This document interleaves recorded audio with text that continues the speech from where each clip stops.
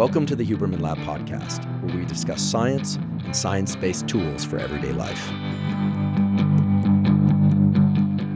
I'm Andrew Huberman, and I'm a professor of neurobiology and ophthalmology at Stanford School of Medicine. My guest today is Lori Gottlieb.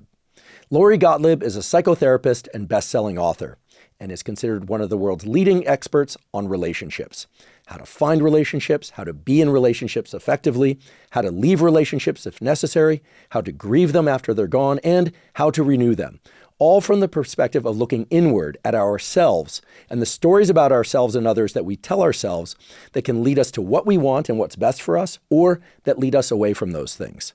During today's episode, we discuss how the feelings we experience when we're with certain people are the absolute best guide of how poorly or how well those people are suited for us as partners, and the ways in which we miss key signals, both good and bad, in relationships by not paying attention to how we feel. Lori explains how to better our communication skills, how to determine if somebody's critique of us is valid or not. That certainly is important for everybody, and how texting and technology has changed relationships, and how to navigate all of that by leaning into our own sense of agency, the things that we can control. And last but not least, Lori explains how we can all access more vitality and enjoyment of life, and how so many people don't allow themselves to do that because the familiarity of their present circumstances overrides their willingness to move forward. This was a really eye-opening episode, and one that I'm certain will help you better understand yourself and what your needs really are, and how you can be happier in or out of a relationship. Before we begin, I'd like to emphasize that this podcast is separate from my teaching and research roles at Stanford. It is, however, part of my desire and effort to bring zero-cost-to-consumer information about science and science-related tools to the general public. In keeping with that theme, this episode does include sponsors. And now for my discussion with Lori Gottlieb. Lori Gottlieb, welcome. Thank you. Great to be here. What's the first thing you ask a patient when you're meeting them for the first time? Usually it's something like, tell me what's going on. Tell me why you're here. Tell me what made you decide to come in. And are you listening both to the content of their words and their tone, their physicality? Everything. Mm-hmm. Yeah. I think it's so interesting because sometimes people will say, I'm here because of, and they'll talk about something very difficult, but they're smiling through it. I think it's very nerve-wracking to come in and see a therapist and you don't know this person and you're about to share some very personal information that maybe you haven't told anyone in this way. And so you want to make somebody comfortable. You want to make sure that, you feel like they are not being rushed to share something that they're not ready to share. So it's just the process. I think it's a very human interaction. Therapy to me is not like expert and this other person, and then it feels very asymmetrical. Of course, we're using our training, and that's why they're coming to us. But I feel like it's very much a human-to-human interchange. Do you think, because I've heard, but I don't know if it's true, do you think that some people tend to create a lot of internal and perhaps external narrative about what happened, who they are, how people are in the world, how they're not in the world, a lot of words to their experience, either spoken or internally, versus people who maybe experience life a little bit differently. Once somebody said in a comment on Instagram, and I still think about this, they said, I don't think in words, I think in feels. And my first reaction was like, yeah, I'm from Northern California. People talk that way sometimes. So I thought, that's interesting. Maybe there are a lot of people who, for whom language isn't the primary mode of understanding what's going on around them. I think that as humans, we try to make sense of our feelings through stories, that we tell ourselves a story about why we're feeling a certain way.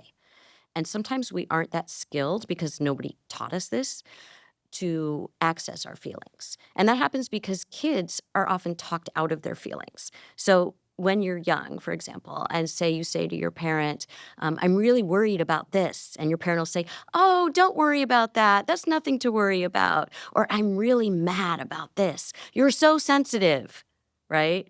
Or because parents are really uncomfortable when their kids are feeling sad because they feel like it's my responsibility to make sure they're not sad, which is not your responsibility as a parent. You're there to sit with your child and be present for them. So if your child says, I'm really sad that so-and-so sat with so-and-so at lunch today, and, the parent will say, well, here's what you can do, or that's terrible, or, right? Instead of like, oh, tell me more.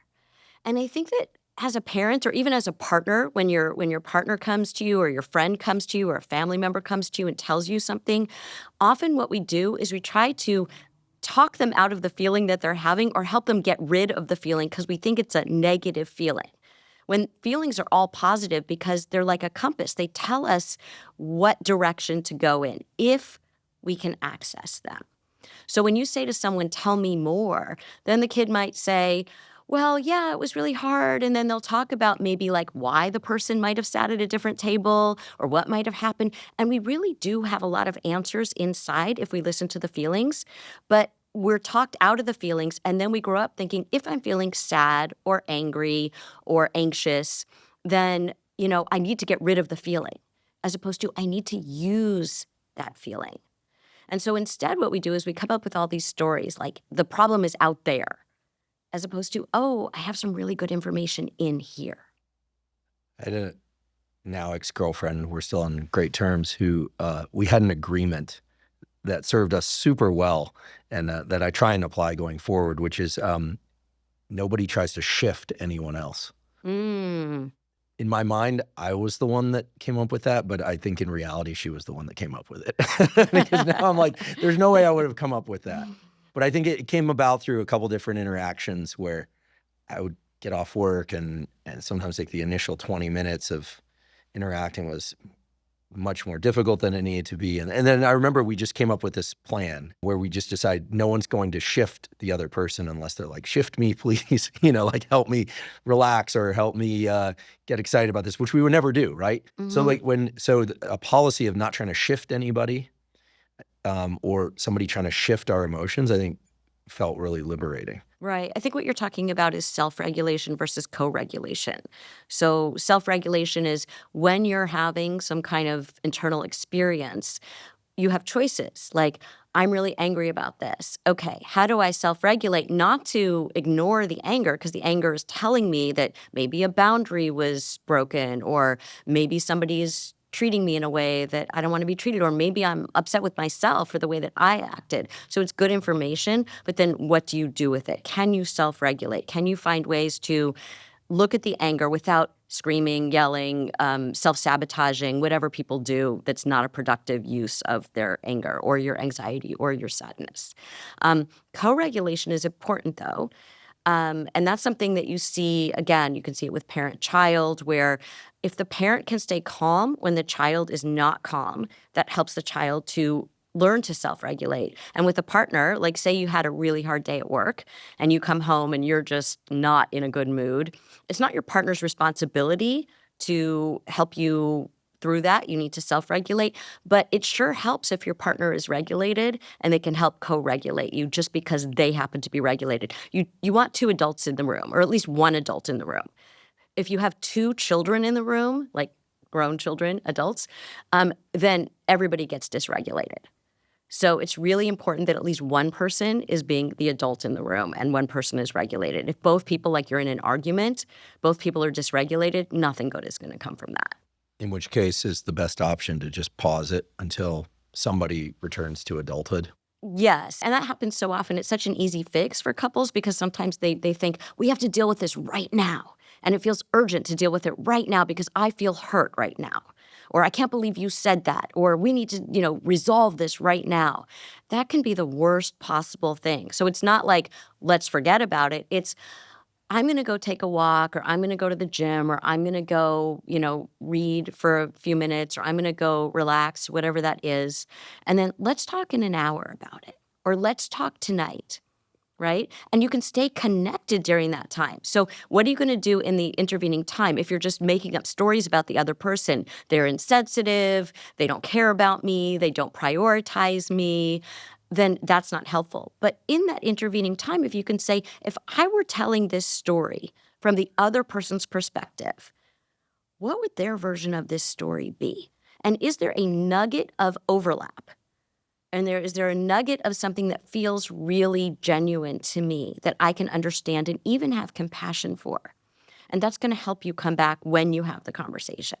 But you have to be regulated. I'd like to take a quick break and acknowledge our sponsor, Helix Sleep.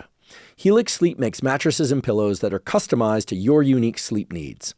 Now, I've spoken many times before on this and other podcasts about the fact that getting a great night's sleep is the foundation of mental health, physical health, and performance. Now, the mattress you sleep on makes a huge difference in the quality of sleep that you get each night. How soft it is or how firm it is, how breathable it is, all play into your comfort and need to be tailored to your unique sleep needs. If you go to the Helix website, you can take a brief 2-minute quiz, which will ask you questions such as, do you sleep on your back, your side, or your stomach? Do you tend to run hot or cold during the night? Things of that sort. Now, maybe you know the answers to those questions, maybe you don't.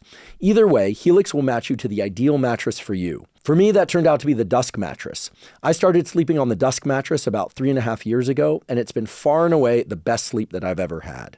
So much so that when I travel and I'm not on my Dusk mattress, I really miss it. And when I get home, I just find that I sleep so much better because of that mattress.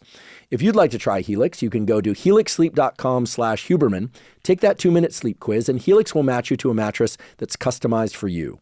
Right now, Helix is giving up to 20% off on all mattress orders. Again, that's helixsleep.com/Huberman to get up to 20% off. Today's episode is also brought to us by BetterHelp.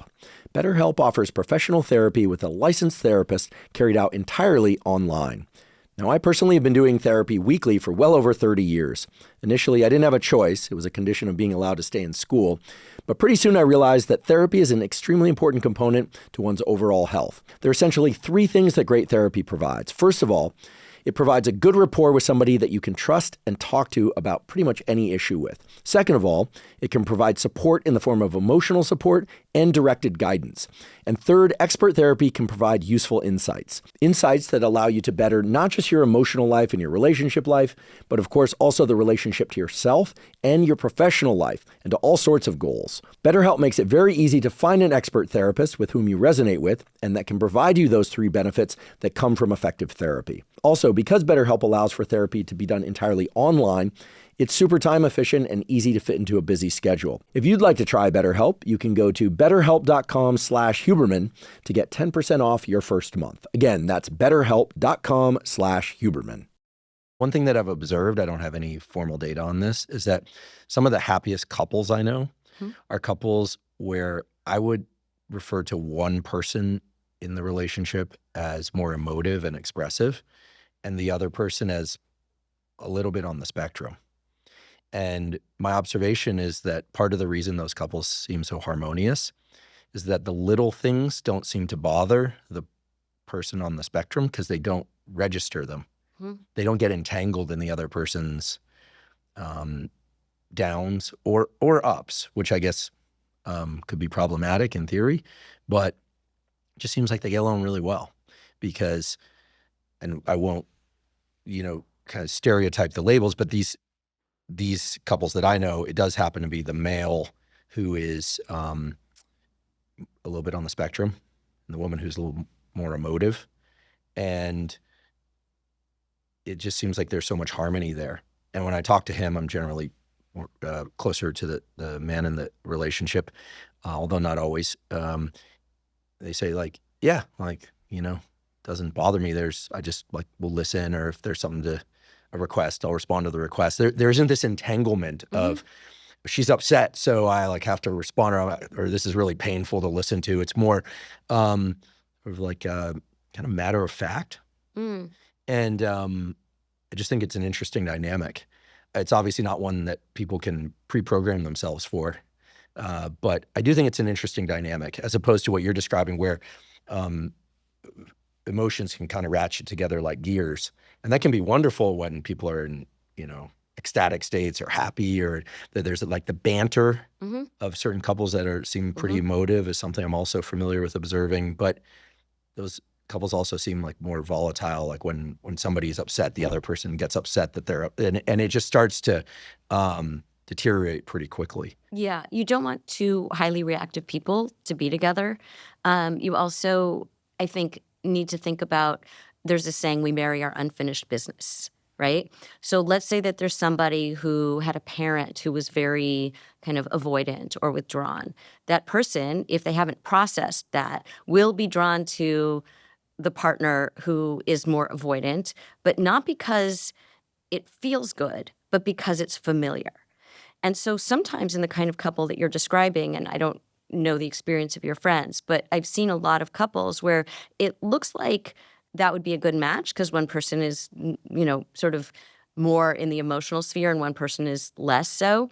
Um, but sometimes what that is one person gets very lonely because they're not really getting that kind of emotional interaction that they want. So it can be a solution for some people because they don't know how to be with a different kind of person. But I also feel like you want to make sure that you have figured out your unfinished business, that you don't just have radar for the kind of person who hurt you. So what often happens is people haven't processed whatever it was that they wanted more of or less of when they were growing up. And then they go out into the world and they're looking for a partner, and they literally have radar for a person who is exactly like the person who hurt them, but doesn't look like that. So it's like, I'm going to choose someone who is the opposite of the parent who hurt me. And then you find this person, and after you get to know them a little bit, you're like, wow, that person drinks a lot too. I didn't realize that. Or that person is really withholding too. I didn't see that at first. Or that person yells a lot. I didn't notice that at first. And you're like, how did I get into this exact situation that hurt me as a child? And that's because your unconscious is saying, you look familiar. Come closer. Because what we're trying to do is we're trying to win. We're trying to master a situation where we felt helpless as a child. We couldn't control the situation with our parents when we were growing up. And now we think, again, this is completely outside of our awareness. I'm going to win this time. I'm going to master this. I'm going to get love from that kind of person. And it doesn't work out. So I think that you really want to make sure that you are choosing someone for healthy reasons and not because there's some unfinished business that you're trying to work out with this person who is not going to meet your needs. To go a little bit further into this idea, which, by the way, I fully subscribe to, based on your explanation of this and my belief that our unconscious mind is driving a lot of our choices. My understanding is that what you just described doesn't adhere to mom, dad, male, female compartmentalization. And what I mean by that is that I think a lot of people will hear what you just said and assume, okay, if my dad hurt me in the following ways, then, and let's say it's a woman, and she said, my dad hurt me in the following ways. Maybe he was a drinker, withdrawn, or he was violent or whatever, then that woman will seek out men that mimic that. Here I'm assuming heterosexual relationship. But if her mother was the one that was the drinker, violent, and or withdrawn, and she's heterosexual, my understanding is, based on the dynamics that you describe, if she will find those traits in a man, yes, because she's heterosexual, she's seeking men for romantic partners. And I think that's very important. I think that sometimes we put the mom, dad labels on top of the attraction to, again, staying in the heterosexual framework here, the opposite sex framework. And then people say, well, why is it that this woman always seeks out these what end up being really terrible guys? Like, she had such a great dad, but she had a dreadful mom. That is absolutely correct. And I think it's so interesting because I think that people think that having one parent that gave you what you needed is protective. And in some ways it is. But the thing that hurts is the thing that gets the most attention inside of our bodies. So we don't necessarily think it, but we felt it. We internalized it. It lives inside of us. And so, yes, having a good parent, one of the two, if you have two parents, one of the two is important. But it's interesting that it's not like we seek out the person that's like the good parent always. Sometimes, again, because we're trying to work something out, we seek out someone like the parent who really hurt us. So such a flaw in our wiring. Well, I mean, I think that's where therapy is really helpful. I think that's where, people are like, well, what is therapy really for? And I think it's really about what are the things that are outside of your awareness, but that are sort of driving the car. So it's like we think we're the driver of our own car, but often like someone else is driving the car and we don't realize it. And we think, why does this keep happening? Or, what is happening in my life that I'm not getting what I want in, whatever dimension it is, whether it's professionally or personally. And so often it's because there's some force that you are acting out that you don't even realize. And I think the role of therapy is to kind of hold up a mirror to people and help them to see something about themselves that they haven't been willing or able to see. You said that people will pick the person who's exactly wrong for them, who feels exactly right, at least at first, that it has this kind of come here, this summoning aspect to it. Like we feel drawn to it. It feels drawn to us. I mean, that's how relationships start after all, one would hope. But in this case, you said that people come to find that person is harbors some of the exact same traits. I'm calling them that. Behaviors, traits, whatever it is that hurt them in the context of their child-parent relationship. Why do you think initially it presents as the opposite? I think it's about the familiarity, that there's something so visceral about this feels like childhood. And even if childhood was not optimal or even miserable, it still feels familiar. And humans in general are very afraid of uncertainty. They're very afraid of the unfamiliar. I remember when I was in therapy, my therapist said to me, you remind me of this cartoon, and it's of a prisoner shaking the bars, desperately trying to get out. But on the right and the left, it's open, no bars, right? So why do we stay in this prison? Why don't we even see that it's open? And why don't we walk around the bars? And it's because with freedom comes responsibility and uncertainty. We don't know we know what it's like to be in prison. That's been our experience. So that feels comfortable, even though we say we desperately want to get out. And then if we choose the uncertain path, we're responsible for our lives now. We can't blame it on mom or dad or this situation or that situation. I'm not saying those situations weren't impactful. Of course they were. But we have choices as an adult. We have freedom as an adult that we didn't have as a child. And sometimes it's really hard for us to say, I'm going to have to be responsible for my life. That's terrifying. Because we feel like we don't have the tools to do that. We feel like, again, the uncertainty, we'd rather have the certainty of like, I know what it's like in prison. At least I know what that's like, and I know, the devil you know. And that's not, again, that's outside of our awareness. I think what you're describing is a pervasive feature of being human.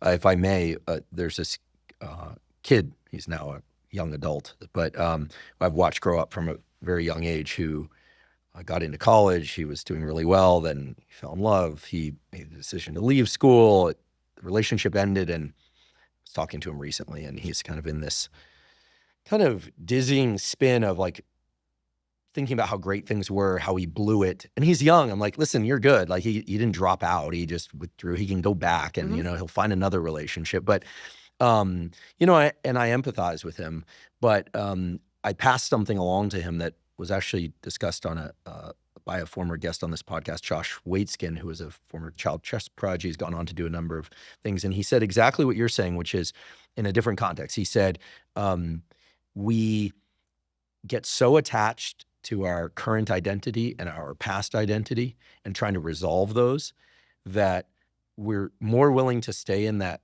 state of discomfort than we are to step into a path of potential success. Right. It makes no sense, right? I mean, and so I pass this along. We'll see what he does with that knowledge. Yes, it's kind of like the misery of uncertainty. The certainty of misery is sometimes more palatable to people than the misery of uncertainty. So you can be certain that you're going to stay miserable if you stay in jail, but the misery of uncertainty is worse. So it's really interesting that people will make that trade-off. And the other thing about this attraction question that you're asking about, it's like I had this therapy client, and she would pick people who were exactly like one or both of her parents, and she would be so attracted to those guys. She would always go for them, and she's like, men are terrible, guys are terrible. It's like, no. The men you're choosing are terrible to you. But then you go out on dates with these like great guys, and she's like, yeah, no chemistry. no chemistry. Yeah, let's You know, talk about that. What is the flip side of this? The lack of interest in somebody that doesn't overtly or covertly harbor the painful thing that you're so used to. right. So that's the thing. She was working out this way of, she hadn't separated yet from her childhood. So she was trying to kind of reenact her childhood with these men.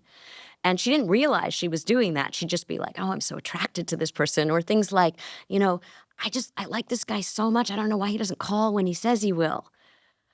Right? And it's like, well, who is that like? Who does that remind you of? When have you felt that before, that like, I never know where I stand with this parent, with this boyfriend? And then the people who are really reliable, who, by the way, it wasn't about their physical traits. Like, these men were all physically attractive. It was, she felt no sort of, again, that word chemistry, because there's something very threatening about like, oh, there's no friction. It's a frictionless, thing where he says he's going to call and he does. He's reliable. He does what he says he's going to do. I don't know what to do with that. It doesn't like light her up in that way, because she's not having that big emotional reaction to it, because it doesn't feel like the thing that would give her a big emotional reaction. And so once she sort of works that through, by the end of the therapy, she became very attracted to the kinds of guys who would treat her the way she wanted to be treated. And she was no longer attracted to the guys so she'd get that initial kind of like, oh, I feel something when I'm in the presence of a guy like that, but I'm not really interested in a relationship with that kind of guy. Mm-hmm. So that's, I think, what therapy can do for people. Yeah, one of the things that I've noticed in my own life is that as I've gotten older, I'll be 50 later this year. Been looking forward to that. I feel great. But some of the things that I assumed for so many years, like slow is low. Like when things are really slow, like for many years, it felt kind of depressive. Now I love slow, mellow. Like peace is the thing that I savor so much. But for so many years, I think what you're describing, that sort of activation state of excitement, that was a pretty wild youth. And then, I like adventure, and I'd taken on at times dangerous adventures that I shouldn't have lived. Told myself I wouldn't do them again, picked a different adventure. But even in like my scientific career or podcasting, I think things that feel at times like a bit of a tightrope walk, just given the number of variables that I can't control just by virtue of what they are. And the challenge of like long cycles of trying to publish paper, like they're kind of scary at some level. It's your profession after all. But I did the same thing in a lot of my relationships. Lovely people in some cases not, but in most cases, fortunately for me, lovely people. But there was this sense that like, if something felt like a little bit of an upstate, kind of like a bit more of autonomic arousal, or a lot more autonomic arousal, that it had this kind of magnetic quality to it. Whereas I think, and I'm not joking or lying here, I think owning a bulldog taught me how to really savor relaxing. I'm not saying this just to highlight Costello again. I mean, I observed his relationship to the world, and the bulldog's contract with its owner is an amazing one that I think I learned a lot from. The contract is, I will die for you. I will literally give up my life to protect you, Andrew. But if that's not on the line, I'm not going to do anything. We're just going to sit here and enjoy the sunshine. Right. We're just going to breathe, and we're going to eat food. Right. Friends are coming over, and I'll get excited. And and I'm not trying to make too much of this. I really noticed, I was like, wow, he needs so little to be blissful. And yet I know that if like push came to shove, like he's on my side, we've got each other's backs. Yeah. As opposed to, let's talk about a more human contract of like this picture or story of a couple that they have about themselves. Ride or die is something people say a lot nowadays. It's a beautiful concept, right? Loyalty, like you're in it together no matter what. But there's a calm version of that, like ride or die. And then there's like ride or die, like we'll take on anything. We'll bring in chaos. We'll be the chaos, and we just don't quit. Very different activation states. Oh, absolutely. And it took me 49 years to learn this. I see it in professional relationships too. People want the exciting thing, the big build. And then they're like, it's the chaos of like, oh, this founder left and this person. It's like, well, of course it started in drama. It's going to end in drama. Does some of this resonate? Yeah, absolutely. I mean, two things. One is that there's this concept of cherophobia, which is kind of fear of joy. And so many people, because they grew up in a way where whenever, let's say the parent was reliable in moments, right? Like at certain times, and then they were unreliable or they were really calm, but then they would blow up and you never knew what was going to happen. It was like you were walking on eggshells the whole time, right? So you're very afraid of anything that goes well. You think the other shoe is going to drop, like at any moment. So you don't want to pick something that, and again, outside of your awareness, like you don't pick the calm partner because it feels too good, like something's going to go wrong. So I'll pick the volatile partner because I'm prepared. I'm prepared for that level of volatility, right? And so people sabotage all the time, whether it's about a job or a partner or, whatever they want. They think, I am not going to go there because it's not safe to feel joy, because something will go wrong and I will be crushed, and it will be harder to have the experience of joy and to have it crushed than to never feel the joy. So there was a woman that I wrote about in my book who she wouldn't let herself feel any joy or get excited about a partner or excited about, she wanted to be an artist and doing her art and things were going really well. And then she'd self-sabotage. It's like, you can't fire me, I quit, right? It's like, I'm going to create the bad thing to happen to myself because if it happens from the universe, it's going to feel even worse. So I think we need to kind of really be aware there are lots of people out there who are terrified of good things happening, even though they say they desperately want good things to happen. And so they make bad things happen, or they make sure good things don't happen to them because it feels so uncomfortable to sit in that space of the other shoe's going to drop at any moment and I can't deal with that. But the other thing I want to say about this slow burn type of thing is there was a study that was done that I wrote about in one of my books where they did a longitudinal study and they looked at people over 20 years and they followed up with them every 5 years from the first date to where they are later. And they had them, instead of like historically saying, when you ask people in relationships and you say, what was it like when you first met? And they'll tell you some story, but it's retrospective. It's not like you weren't there at the time. You're sort of telling it through the lens of where you are now. What was great about this study was people wrote down at the time, here's how I feel. So people who were, let's say, got married and were happy would say almost unilaterally, like, there was so much chemistry. We had such a good time on the first date. It was amazing. Whereas at the time they might have said like, yeah, it was okay. Maybe I'll see this person again. Fine. Like no butterflies or, whatever. But that's not the story they're telling themselves about it. Now, people who either are unhappily together or no longer together would say, yeah, there was nothing there. There was no chemistry. I didn't really like the person. But at the time they might have said like, wow, I'm really interested in this person. It was like we had so much chemistry. So we change our stories based on our present experience. And we think we're telling an accurate version of what actually happened. And the reason I bring this up is because since people who are sort of happy couples tell these stories to other people, we think in our culture that if you go on a first date and you don't have that immediate spark, that it's not worth it. Like, don't go on a second date. And what happens is sometimes a lot of the time when you have that immediate spark, it doesn't mean what you think it means. It's not that a spark is bad. It means that you really need to see what it means. And it's not that not having a spark is bad. If you go on a date and you feel like it was nice conversation, I had a good enough time, go spend another hour with this person. Just go on another date with them and see what happens. But we don't do that because we have this illusion that you can just go back on an app or there's so many people out there. And so we try to optimize as opposed to saying, what would it be like? I felt good when I was with this person. I didn't feel that rush, but I felt pretty good. So I think I'll go see what that's like again. And that should be our bar, not like, do I feel this rush? Do I feel like this is amazing? But did I have a good enough time? Sure, let me go see what that's like.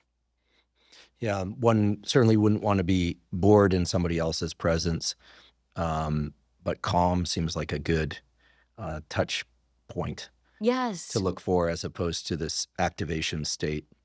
Maybe it's the neurobiologist in me, and I'm guilty of also working on this autonomic arousal thing for so many years, this seesaw in us of being like up states that can either be stress or bliss, and down states, which can either be depression and fatigue or can just be like pleasant relaxation. Like the label becomes critical, right? Yeah. Alert and stressed versus alert and elated is very different. Same level of alertness, two very different things. Same, depressed versus peaceful. When relaxed, and looking for or trying to figure out what sorts of interactions bring about that kind of even seesaw. Yes. Might be best, not one or the other. Maybe a little erring even a little bit more towards peace. Yes. And when I see couples who come in and they've been married for a long time now, and they say, I'll say, what is the origin story? How did you meet? What was that like? What were you attracted to in the other person? And so often I'll hear words like, it was so exciting. I found this person so exciting. And it's like, that's the very thing that what you thought was excitement was actually volatility, or was actually sort of anxiety, as opposed to that sense of you can be calm and feel excited about the other person. So we're talking about a neurological state, right? Your nervous system. And then we're talking about your interpretation of what that means. So sometimes calmness is exciting. Sometimes excitement is anxiety provoking. And so you have to be able to tell the difference between the two.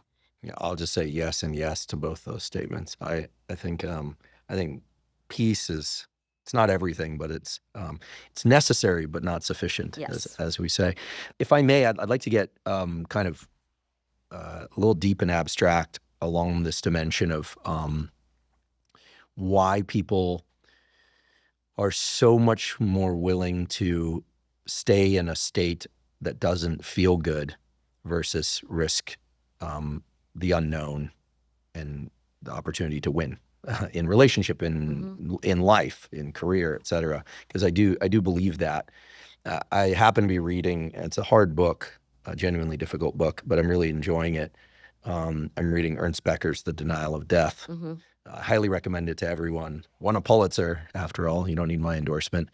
And, the central thesis of the book, right, is that we're a weird species because we understand that we're going to die at some point. We're all going to die. And that humans go through these very complicated gymnastics related to ego and symbols, and we create notions of meaning and story to try and distract us basically from this really scary reality. It's terrifying, right? It's terrifying. Nobody really understands or knows what happens next. We can't be sure. And I have this idea in mind as you're telling me that indeed people are willing to stay in a set of circumstances that don't work for them, even ruminating on the mistakes that got them there for a very long time, willingly, when all they need to do is make some new choices that they're fully capable of making. And I wonder whether or not it's because they're alive now. They know they're quote unquote safe now. Like they're not dead. I mean, the number of people I know who stayed in circumstances that didn't work for them for so long, professionally, relationally, it's like, how do they do that? And I understand sometimes there's kids, sometimes there's financial issues, but it's always the case that they've eventually gotten out, thank goodness. And they always say, I wish I had done it so much earlier. And I wonder whether or not as a biological and psychological being, we do this because we're thinking, well, I'm alive now, I'm breathing now, I'm quote unquote safe now, but I don't know what's going to happen if I make this other choice. Like it defies logic, but at the same time, if one just assumes that our biggest fear deep down in our unconscious is fear of death, we'll pretty much stay anywhere where we're continuing to be alive and not in the moment of fearing death. Sorry to get a little philosophical here, but I think this unconscious thing, a lot has been made of it. The word means, okay, well, it's happening, but we don't know it's happening. But what are we really afraid of? Right. And I do think ultimately we're all just really afraid of death. I don't think we're afraid of death. I think we're afraid of not having lived. So what I mean by that is I think we deny death. We're all sort of death deniers. Like we know it's out there somewhere, but we don't know when or how it's going to happen. And so we just pretend because there's no real, no pun intended, but deadline, right? And so we just think sort of we know intellectually we don't have forever, but we kind of think we do. And so when you think about sort of the stages of psychosocial development, you start with, these conflicts that you have to work through at every stage of life. And sort of the one where you're sort of the last stage is integrity versus despair. So integrity is if you have lived a life where you don't have a lot of regret, you feel like you lived the kind of life that you wanted, you accomplished the things that you wanted to accomplish for the most part, whether that's relationally, professionally, some combination there, you have this sense of integrity at the end of your life. If you didn't, you have this sense of despair. People who work through that and have integrity are not afraid of death. The people who are in despair are very afraid of death because they have so many regrets and they can't go back. You don't get a redo. And so I like to, in psychotherapy, really remind people that they need to keep death awareness sitting on one shoulder, not to be morbid, but to actually make you live more fully. If you are aware of death, if you really look death right in the eye, you have more intentionality when you wake up every day. You say, I don't have forever. So it's not like sometime in the future I might die. It's like you could die today, tomorrow. Anything could happen. And I think, when I write about this in my book where I was seeing this woman who was in her early 30s and she was diagnosed with cancer and everyone thought she was going to be fine. And then there was this sort of rare recurrence and she was newly married and her whole life was like turned upside down. And she really made me as the therapist look death in the eye in that way. You know how you want to say something like, she was talking about the things that people would say to her because we all have this death denial. And they would say, did you get a second opinion? As if, no, she's not going to get a second opinion about whether she's going to die, right? They'll say things like, well, these experimental treatments might work. Anything to deny the reality that she was going to die and very soon. And nobody wanted to sit with her in that. And it was my job to do that. Even her husband had trouble sort of sitting with her in that in the beginning, right? And there was this one moment, this beautiful moment between them that she came in and told me about where he was doing something and trying to relax, and he was a great, incredibly supportive of her. And she came in and said, hey, there's this thing, and I read about this, and I want to talk to you about this. And he said, can't we just have one night off from cancer? And she said, I don't get any nights off from cancer. There's no nights off, right? And I understand both perspectives on that, but it brought up this beautiful conversation between them that really helped them to think about how much do we let death in and how much do we let sort of life or whatever's left in, and how do we let death inform the aliveness that we still have. So I think it's really important that, why do people stay in relationships too long? Why do they stay in jobs too long? Why do they make choices that are not serving them and that they will later regret? It's because they are in full-blown death denial. And I think when people really acknowledge their mortality, it's one of the most healthy, invigorating things that they can bring into their lives. When people say, what is the opposite of depression? It's not happiness, it's vitality. Mm-hmm. And where do we get vitality? From knowing that we have a limited time here and we get to choose how we spend it. I agree 100%. This is something I think about constantly, although I've never looked at it through the lens that you just presented it. And I love what I just learned from you, which is that vitality is the state of being. Mm-hmm. Vitality is so key. I think about death probably more than I should, because for a kid who wasn't from the inner city or in the military, I've just had a lot of friends die. A lot of suicides, a lot of drug stuff, unfortunately, and all three of my scientific advisors, suicide, cancer.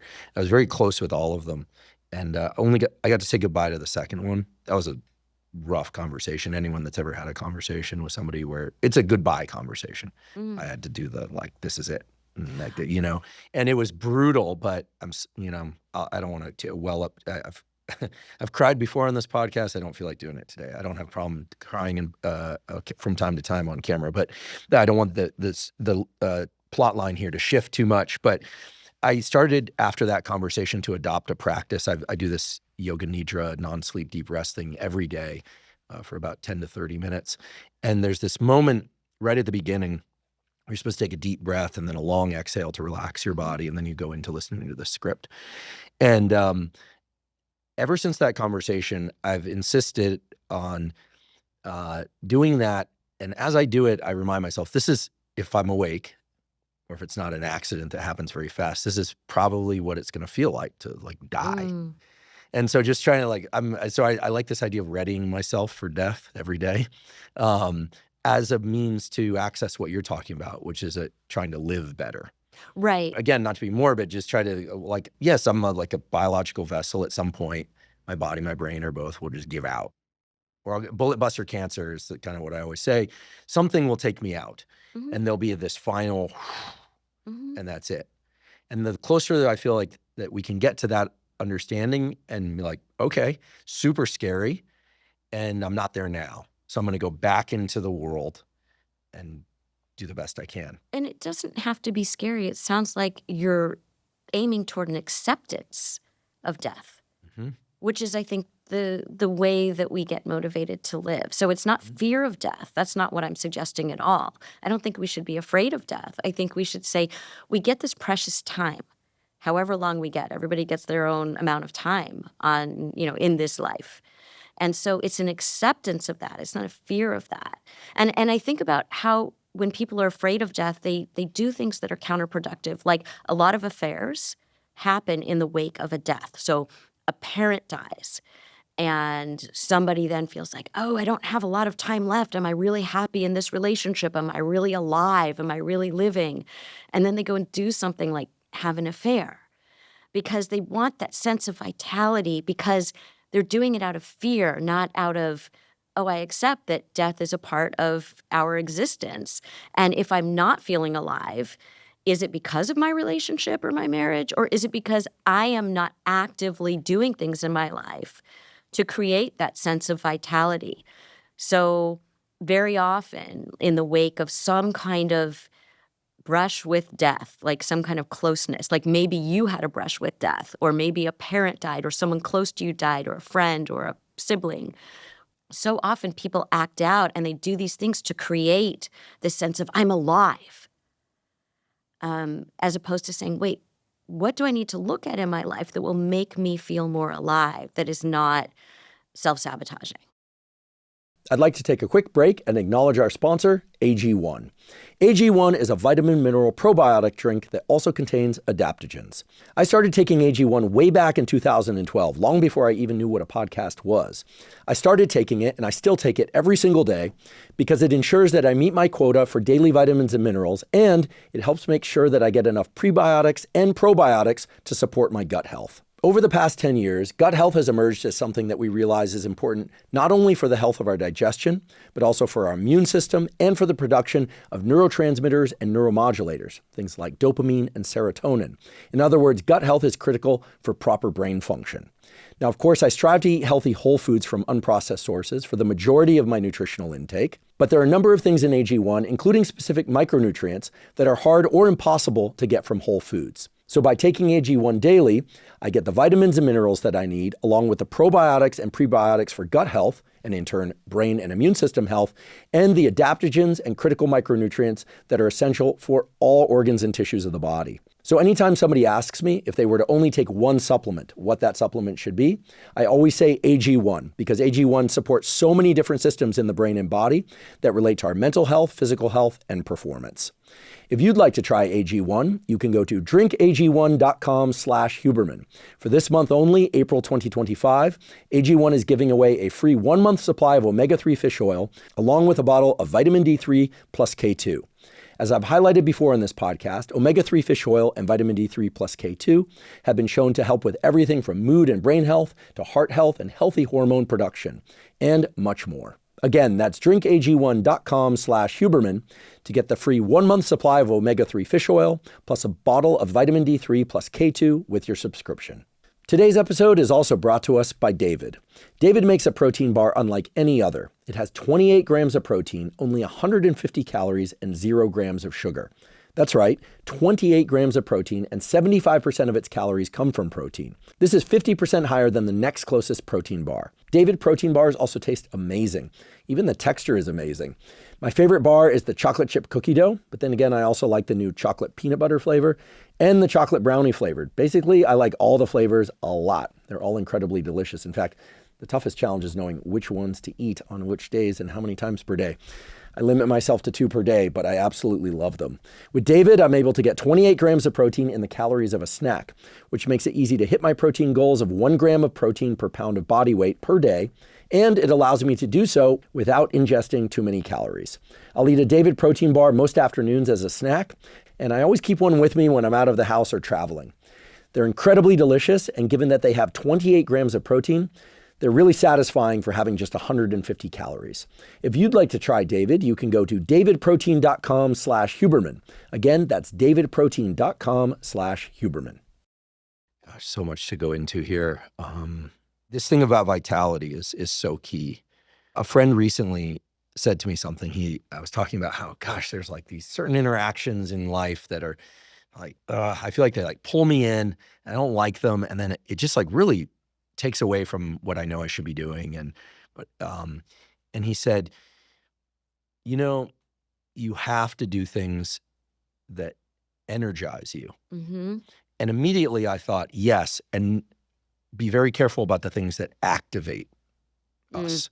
Like there's this difference between activation and being activated versus being energized. I mean, it's a little bit semantic, right? But I feel like something that energizes me is like I love cephalopods. I used to have cuttlefish in my lab. I love octopuses, and by the way, it's octopuses is the plural, folks, not octopi. We go into a whole thing here, but I won't. And looking at a one of those guys or gals solving a puzzle, like just energizes me in a way. I feel it in my body. It's energy that I can use for other things. It's it's like an inspiration for me. Mm-hmm. And there are many other things that do that. And then there are things that activate us, like where it's like a stress response. It's arousal, but it's negative valence. Right. It's draining. It's like pulling and it's taking from these things that energize us. And I feel like it's being able to notice those subtleties is hard in real time. And but I feel like vitality is about the things that energize us. Right. And so when you talk about that draining kind of activation, sometimes what we do when that happens is we go numb. Right? So we don't want to feel anything. So, there's this great expression that scrolling through the internet when people mindlessly do that. It's a colleague of mine said it's the most effective non-prescription painkiller out there. Can you repeat that? Because I want people to understand this. So so it's the most effective non-prescription painkiller out there. Right? And so it's interesting when you think about numbness because people think that numbness is the absence of feelings. But actually, numbness is the sense of being overwhelmed by too many feelings. And so you're shutting down. So when people say, oh, I'm numb, I'm not feeling anything, actually, you're feeling so much and you're feeling flooded. You're feeling overwhelmed. And so we need to figure out, what are you feeling? So it's actually a state of arousal that you can't handle. And so then you're shutting down, but it's not that you're not having feelings. You're having so many feelings that you can't tolerate it. And that is not, the, people say, oh, I'm feeling numb, I'm feeling nothing. No, we need to figure out what is so overwhelming to your nervous system right now. Gosh, it's so important. I hope people will listen to that 100 times because, we've heard so much about dopamine hits that I think people have lost sight of the fact that when you're online and you're just awash in all this information and videos, you're not getting those hits. You're in the post-dopamine hit trough, and we've been there for a long period of time unless we're judicious about our use of social media, an hour or 30 minutes or 15 minutes, whatever it is. But hours upon hours, there's no dopamine hit anymore. The peak is gone. You're in the trough. And that's why it feels kind of like, how did all that time go by? The importance of this really can't be overstated. I think that we hear so much about fight or flight and the stress response that I think people forget that another component of the stress response, of drama, of being awash in all this information and like movies and politics and violence and sex and all that stuff coming at us at once as we just scroll our thumbs, is this thing of bradycardia. There's this phenomenon where when we're stressed, our heart rate actually slows down. And that's the kind of numbing, and you're just kind of blanking out. And I think that's a lot of what people are starting to experience with a lot of high drama input. Yeah, I see that in couples a lot, where they come in and one person is saying, like, I feel nothing. I don't know what this other person's so upset about, right? And then when you really get into it, it's like this person's feeling all kinds of things. And it's really important that we understand, when we are shut down versus when we are calm. Those are two very different states. Could you go into that a little bit further? Yeah, well, here's an example. So a couple comes in, let's say it's a heterosexual couple, but it could be any couple.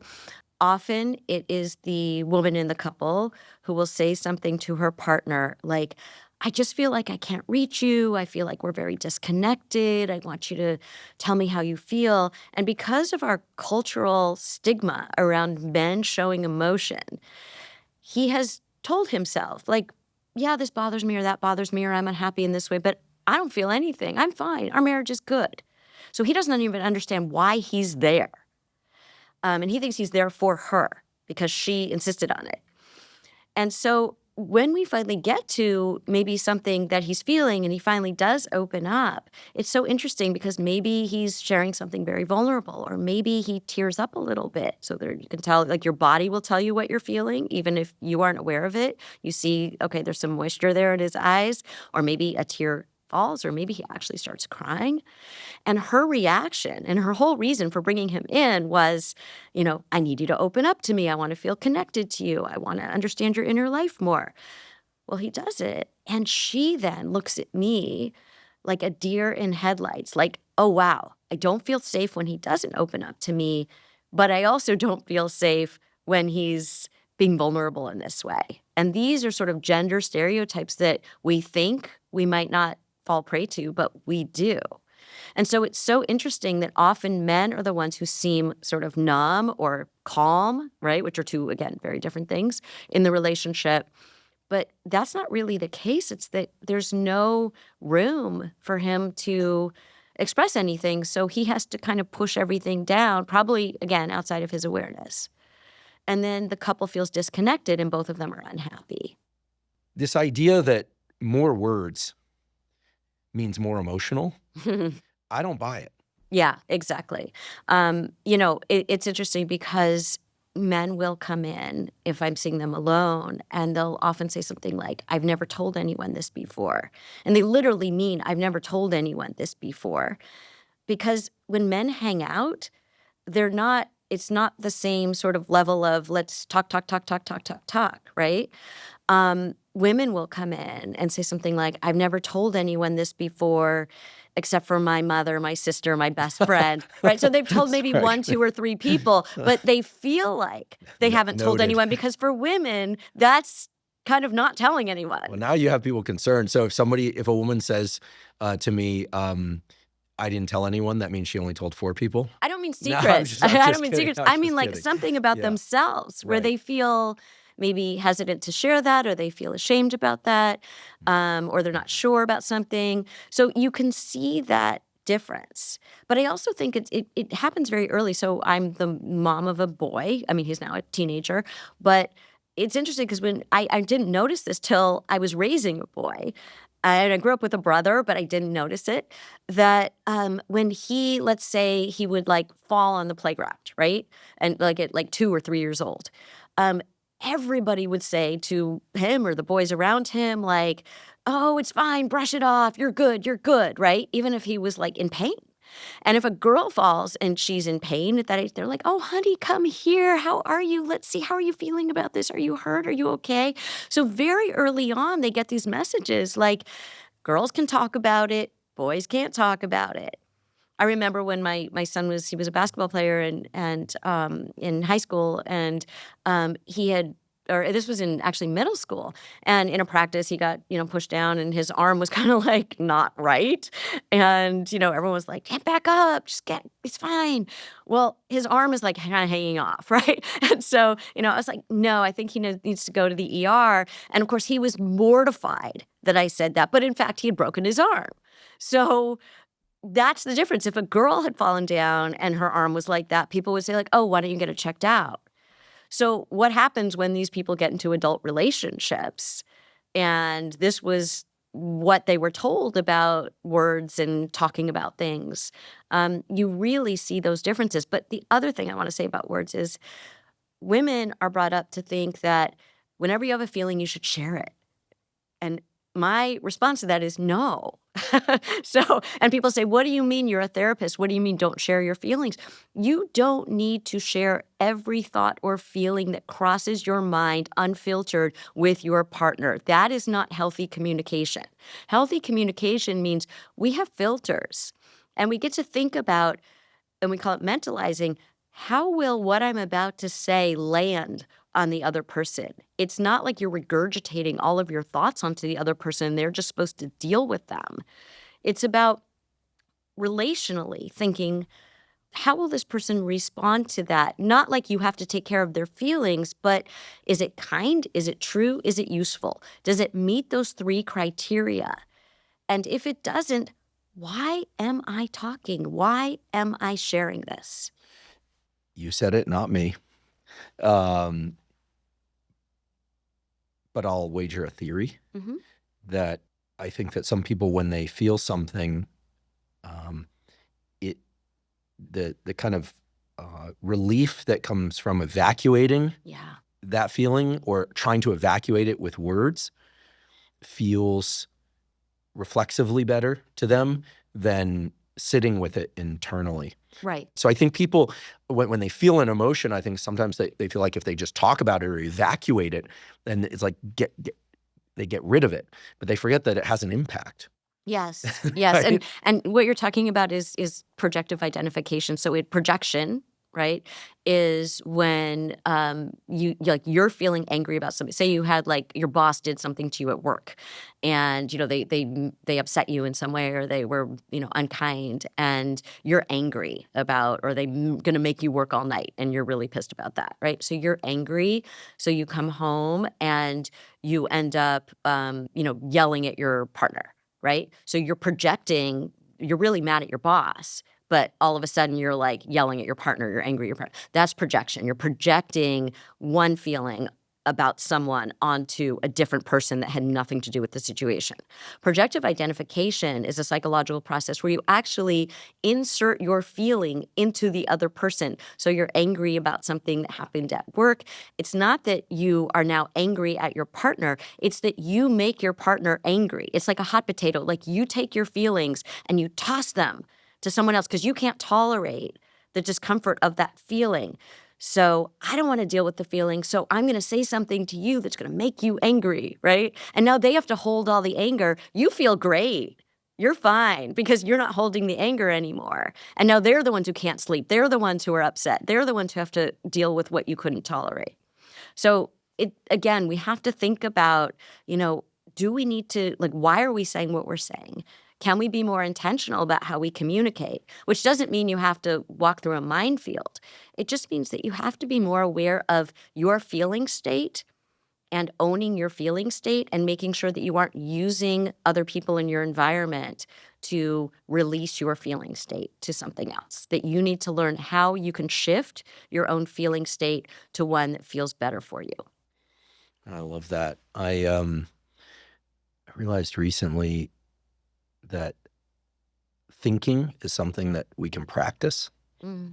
I for all the tools and protocols that talked about on this podcast and elsewhere, like physiological size and morning sunlight and working out and zone 2 cardio and cold and all the things, I realized recently, like spending 5 minutes just thinking about something and really trying to work through it linearly. Like a challenge, like a life challenge, is so valuable. And I didn't come up with this on my own. I now have a practice of Like when something feels irritating or activating, I'll just like stop, put everything away, and I'll just sit and think like, what's going on here? And inevitably there's some growth and understanding at the end of that. But it's hard work, like to think like, what's going on here? Am I activated because it's like true? Am I activated because it's false? Am I, like having to sort all that, you might think, well, who has the time for this? But actually, I would argue you don't have the time to not do it. I think that's the difference between reacting and responding. So often what we do is we react to something, and that's not processed, not thought through. And again, it doesn't have to take, like you're saying, it doesn't have to take a long time to just even count to 5 and breathe and see, because reacting means acting again. So you are normally, when you're reacting, and it's like that 0 to 60, you're acting on something that happened in the past, and you're layering it on to whatever's happening in the present. So you're having a big reaction to something. We like to say if it's hysterical, it's historical. Meaning and by hysterical, I mean if you're having a big reaction, there's probably something from your past, some reaction that is visceral to you that you're having, that is getting layered on to this current situation, experience, problem, and you don't realize it. So that's reacting. You're acting again. You're acting on something that happened in the past. If it's hysterical, it's historical. Responding is, I'm going to take a breath. I'm having a big reaction. I'm going to sit for a minute. Again, regulating your nervous system. And now I can kind of think about this differently. So we need space between, there's that famous Viktor Frankl quote of, between stimulus and response, there is a space. And in that space lies our choice and our freedom. That's a paraphrase of it. But you need that space between the stimulus, whatever the thing is that activated you, and your response. So that's the difference between reacting and responding. I totally agree.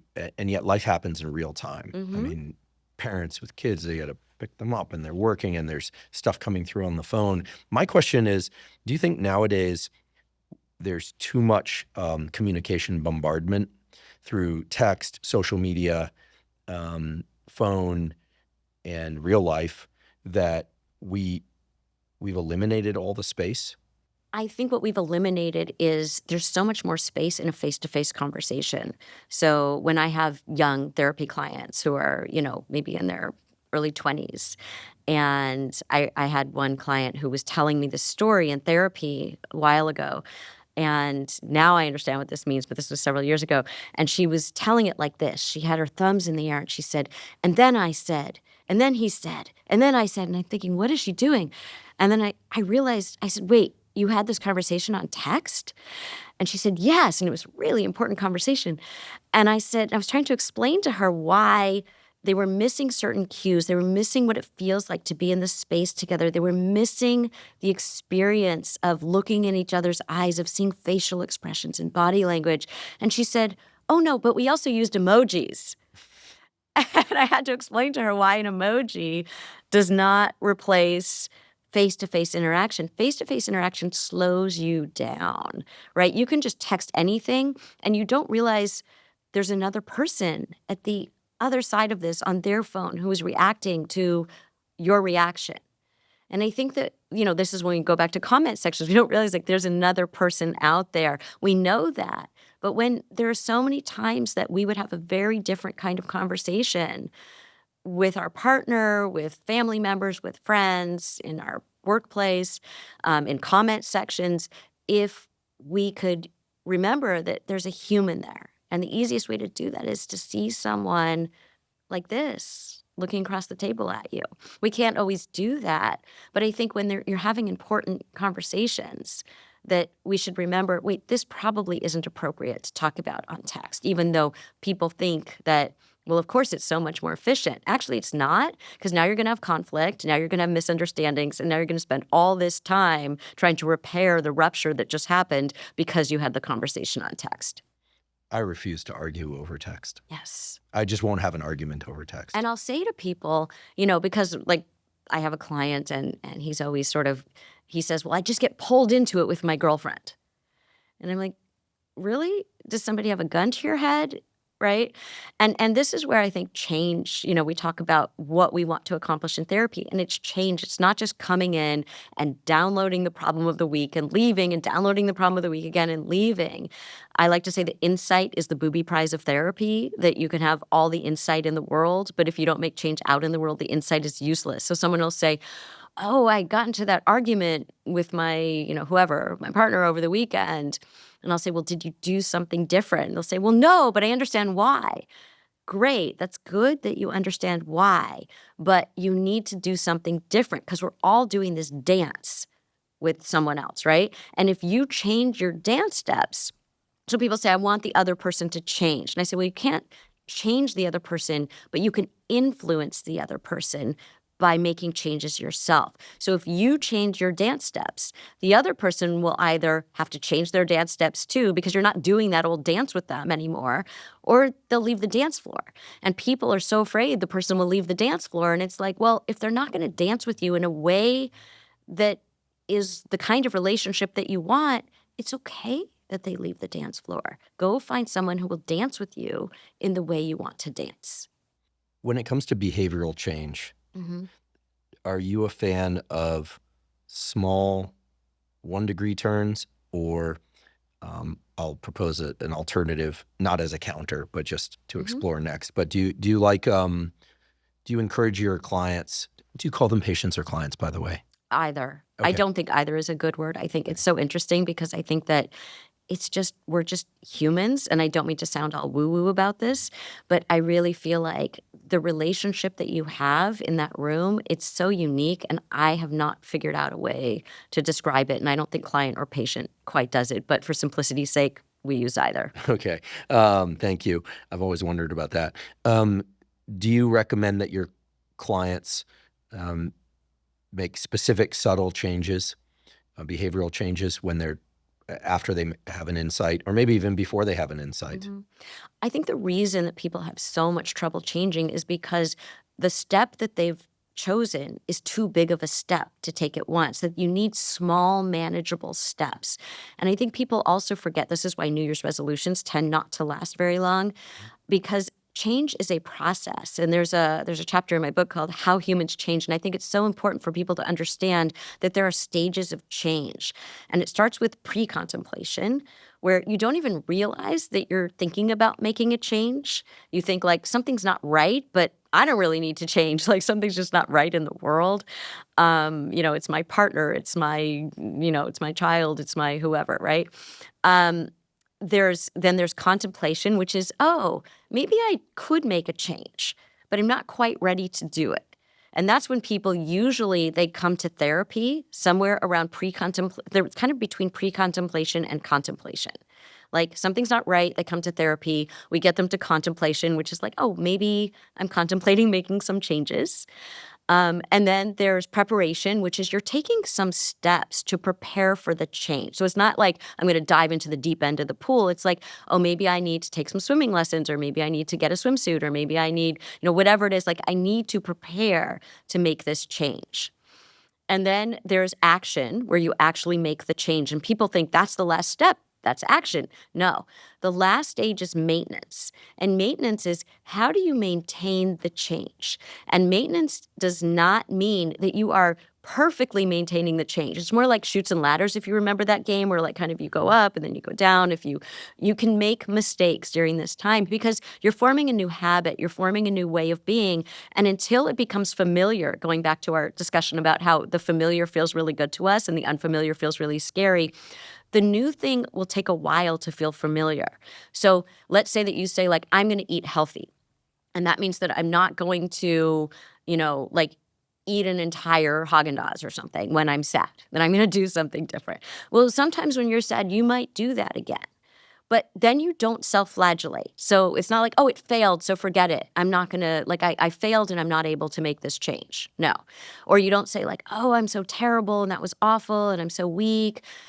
Self-flagellation is not helpful. Imagine if your kid came to you and they said, like, I did really poorly on this test. Are you going to say, you're so stupid? What's wrong with you? No, you're going to say, well, let's talk about what happened. And they might say, I needed help and I was embarrassed to ask, or I didn't understand it, or I didn't study. I messed up. I should have studied and I didn't study. Okay, well, what are you going to do differently next time? Let's come up with a plan. So you need to have, just like you'd have some compassion for your child and hold them accountable, both. It's hard to hold yourself accountable when you self-flagellate. In the short term, you can, but it doesn't last because it feels so unpleasant. You're just sort of bathing in shame. What you need is self-compassion. And actually, if you have more compassion for yourself, you're more able to hold yourself accountable. So you can say, oh, you know what happened? I was feeling really sad. I had this whole pint of Haagen-Dazs, but it's okay that I was sad. And there's another way to do this. So next time when I'm sad, I didn't have enough support. So I'm going to call a friend next time. Oh, self-compassion with accountability. Or I'm not going to keep the Haagen-Dazs in the house because I know that when I'm sad, I'm susceptible to that. Maybe one day I'll be able to do it. But right now, I'm not going to keep that. But there's something else I can do, which is I really feel like for me, self-compassion is related to I'm going to give myself a treat. So maybe my treat is I'm going to, I'm going to have like a healthy snack that I like. Or maybe my treat is I'm going to go to a movie or, whatever it is. But you have to figure out what works for you. And what works for other people might not work for you. So it takes a little bit of experimenting.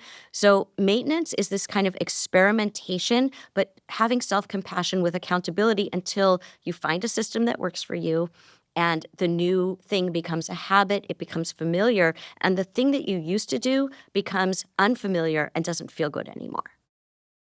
I'd like to take a quick break and acknowledge one of our sponsors, LMNT. LMNT is an electrolyte drink that has everything you need, but nothing you don't. That means the electrolytes, sodium, magnesium, and potassium, all in the correct ratios, but no sugar. Proper hydration is critical for optimal brain and body function. Even a slight degree of dehydration can diminish cognitive and physical performance.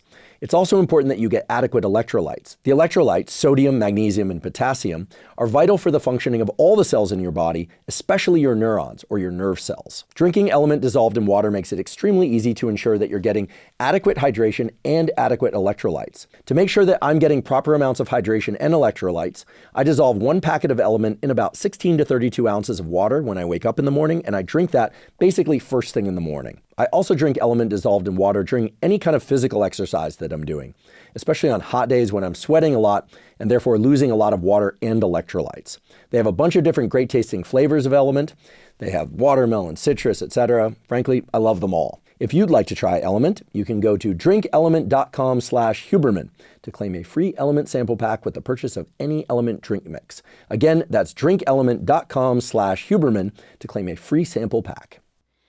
Yeah, for so many years, the field of popular psychology was obsessed with, how long does it take to make a change? It was like 28 days, and it was like 90. I was like, as somebody who studies neuroplasticity, I can tell you that there's one trial learning, you'll never go back. And there's stuff that takes years.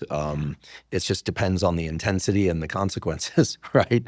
And even with consequences, I mean, anyone that's seen somebody relapse from drugs so many times over, it's clearly they're working with more complicated dynamics there. I think that this notion of reinforcing change is super key.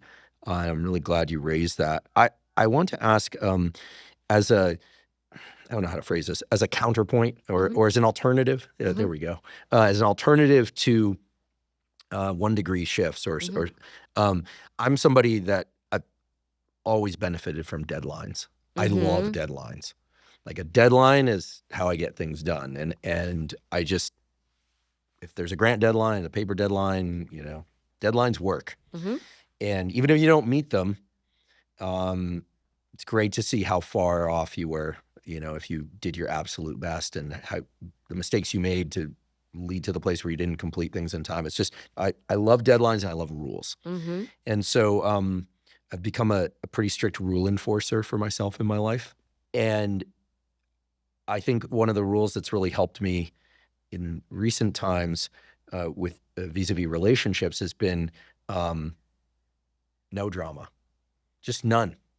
Like none. I don't tolerate any drama. But that's rigid, I realize, but it's helpful. I'm far happier than I've ever been, truly, in large part because of that, like no drama. But the thing that I had to accept with a hard rule like that is that I'm going to lose people. Mhm. Like that. So earlier you said, that this patient client, maybe he doesn't have to put up, maybe there's somebody better for him. There's someone else out there that they don't have to deal with. I think that one of the things that I notice in my own past and with others that I know struggling with a dynamic with people, typically it's romantic relationships, but it could be anything, is you have to be willing to let go. You can't like always resolve the conflict. And I find that a lot of people, maybe it's this childhood thing, they feel like they have to like remain on great terms, or they have to stay friends, or they have to put a bow on it. And I so admire the people in life that are like, yeah, that didn't work, done. Because I look at the time wasted. Yes. And I think that in our desire to make everything kind of okay in the end, Mhm. we burn valuable life energy and incredibly valuable time. And so some people might hear like no drama and think, well, you're going to lose a bunch of people. And I will. I certainly will. Or they'll rise to the occasion, or whatever you want to call it. But I have a full life of many people with whom I have zero drama and wonderful relationships. So I'm full. My dance card's full. Right.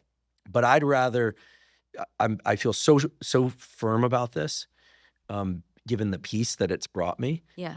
And that I realized like, yeah, like I may never talk to that person again. I might not.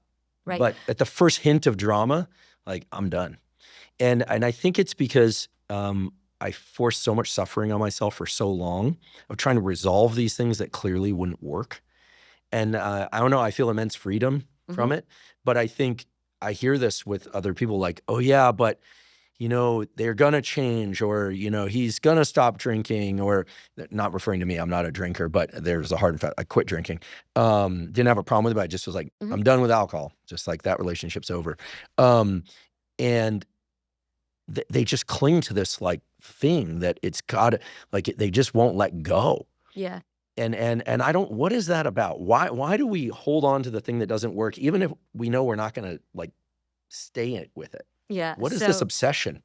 It's interesting. So I'm thinking about how when you say no drama, what does that actually mean? And it's really important because when you look at why people who are most satisfied with their lives, what is it about their lives? They're surrounded by people that they feel good about. Now, let me be clear about what that means. So, we talk about this concept of idiot compassion versus wise compassion. Idiot compassion? I love that phrase. I don't even know what it means, and I love it already. So idiot compassion is what, if you surround yourself with people who are only going to validate your experience. When you say no drama, that's not necessarily a great thing. So like, for example, let's say that, someone says to her friends, like, I don't understand why he broke up with me, or I don't understand, why this keeps happening to me. And your friend's like, no, you go, girl, he's wrong, you're right, whatever. Or my partner's doing this. And we tend to kind of feel like our job as a friend is to support the position of our friends. That's idiot compassion. Wise compassion is what you get in therapy, where we say, like, what might be going on here? It's kind of like if a fight breaks out in every bar you're going to, maybe it's you. We don't say that to our friends in idiot compassion. Okay? So think about that. So is it that you want no drama, meaning you want your friends to kind of back up everything you're saying? You're not going to grow as a person. You're not going to hear what you need to hear. The friends you want to surround yourself with are people who will tell you the truth in a kind, respectful way, and that you're willing to hear it. So some people think that it would be drama if their friends kind of called them on their bullshit, right?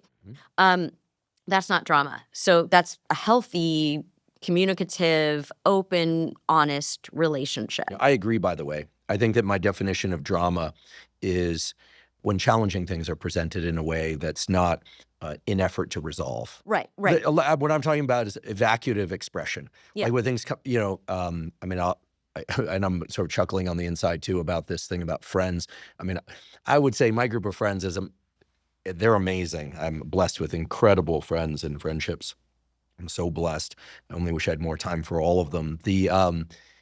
We're pretty hard on each other in terms of being very blunt, very like, that was dumb. is maybe more male specific kind of language, like that was dumb. Like, why'd Yeah. you do that? It was super stupid. Or, yeah, don't be an idiot. Don't do it again. Or, no, I totally disagree. That's a lot of the exchange in my Right. friend group. I would say maybe it's just the culture I grew up in academia, very, very little validation. Validation isn't a big part of it.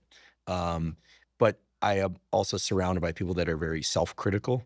So it's sort of inherent to the way they work, in their work, in their relationships, in their life, in their fitness. Like pretty much everyone's pretty get after it. Right. What I'm talking about is when people say no drama, what they mean is don't bring anything up, right? Don't challenge anything. Don't bring anything to my attention that maybe needs to be brought to my attention because I could be better in this relationship.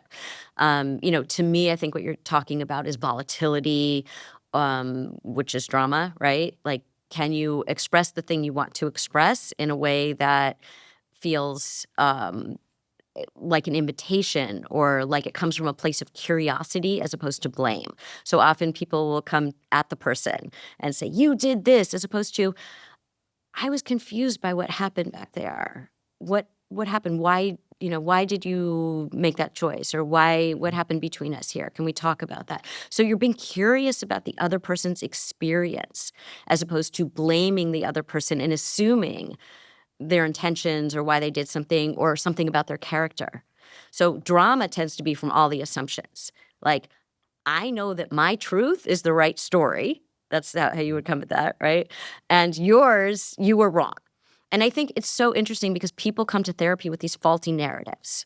We're all storytellers. We all try to make sense of something. And we all believe that our story is the absolute accurate version of the story.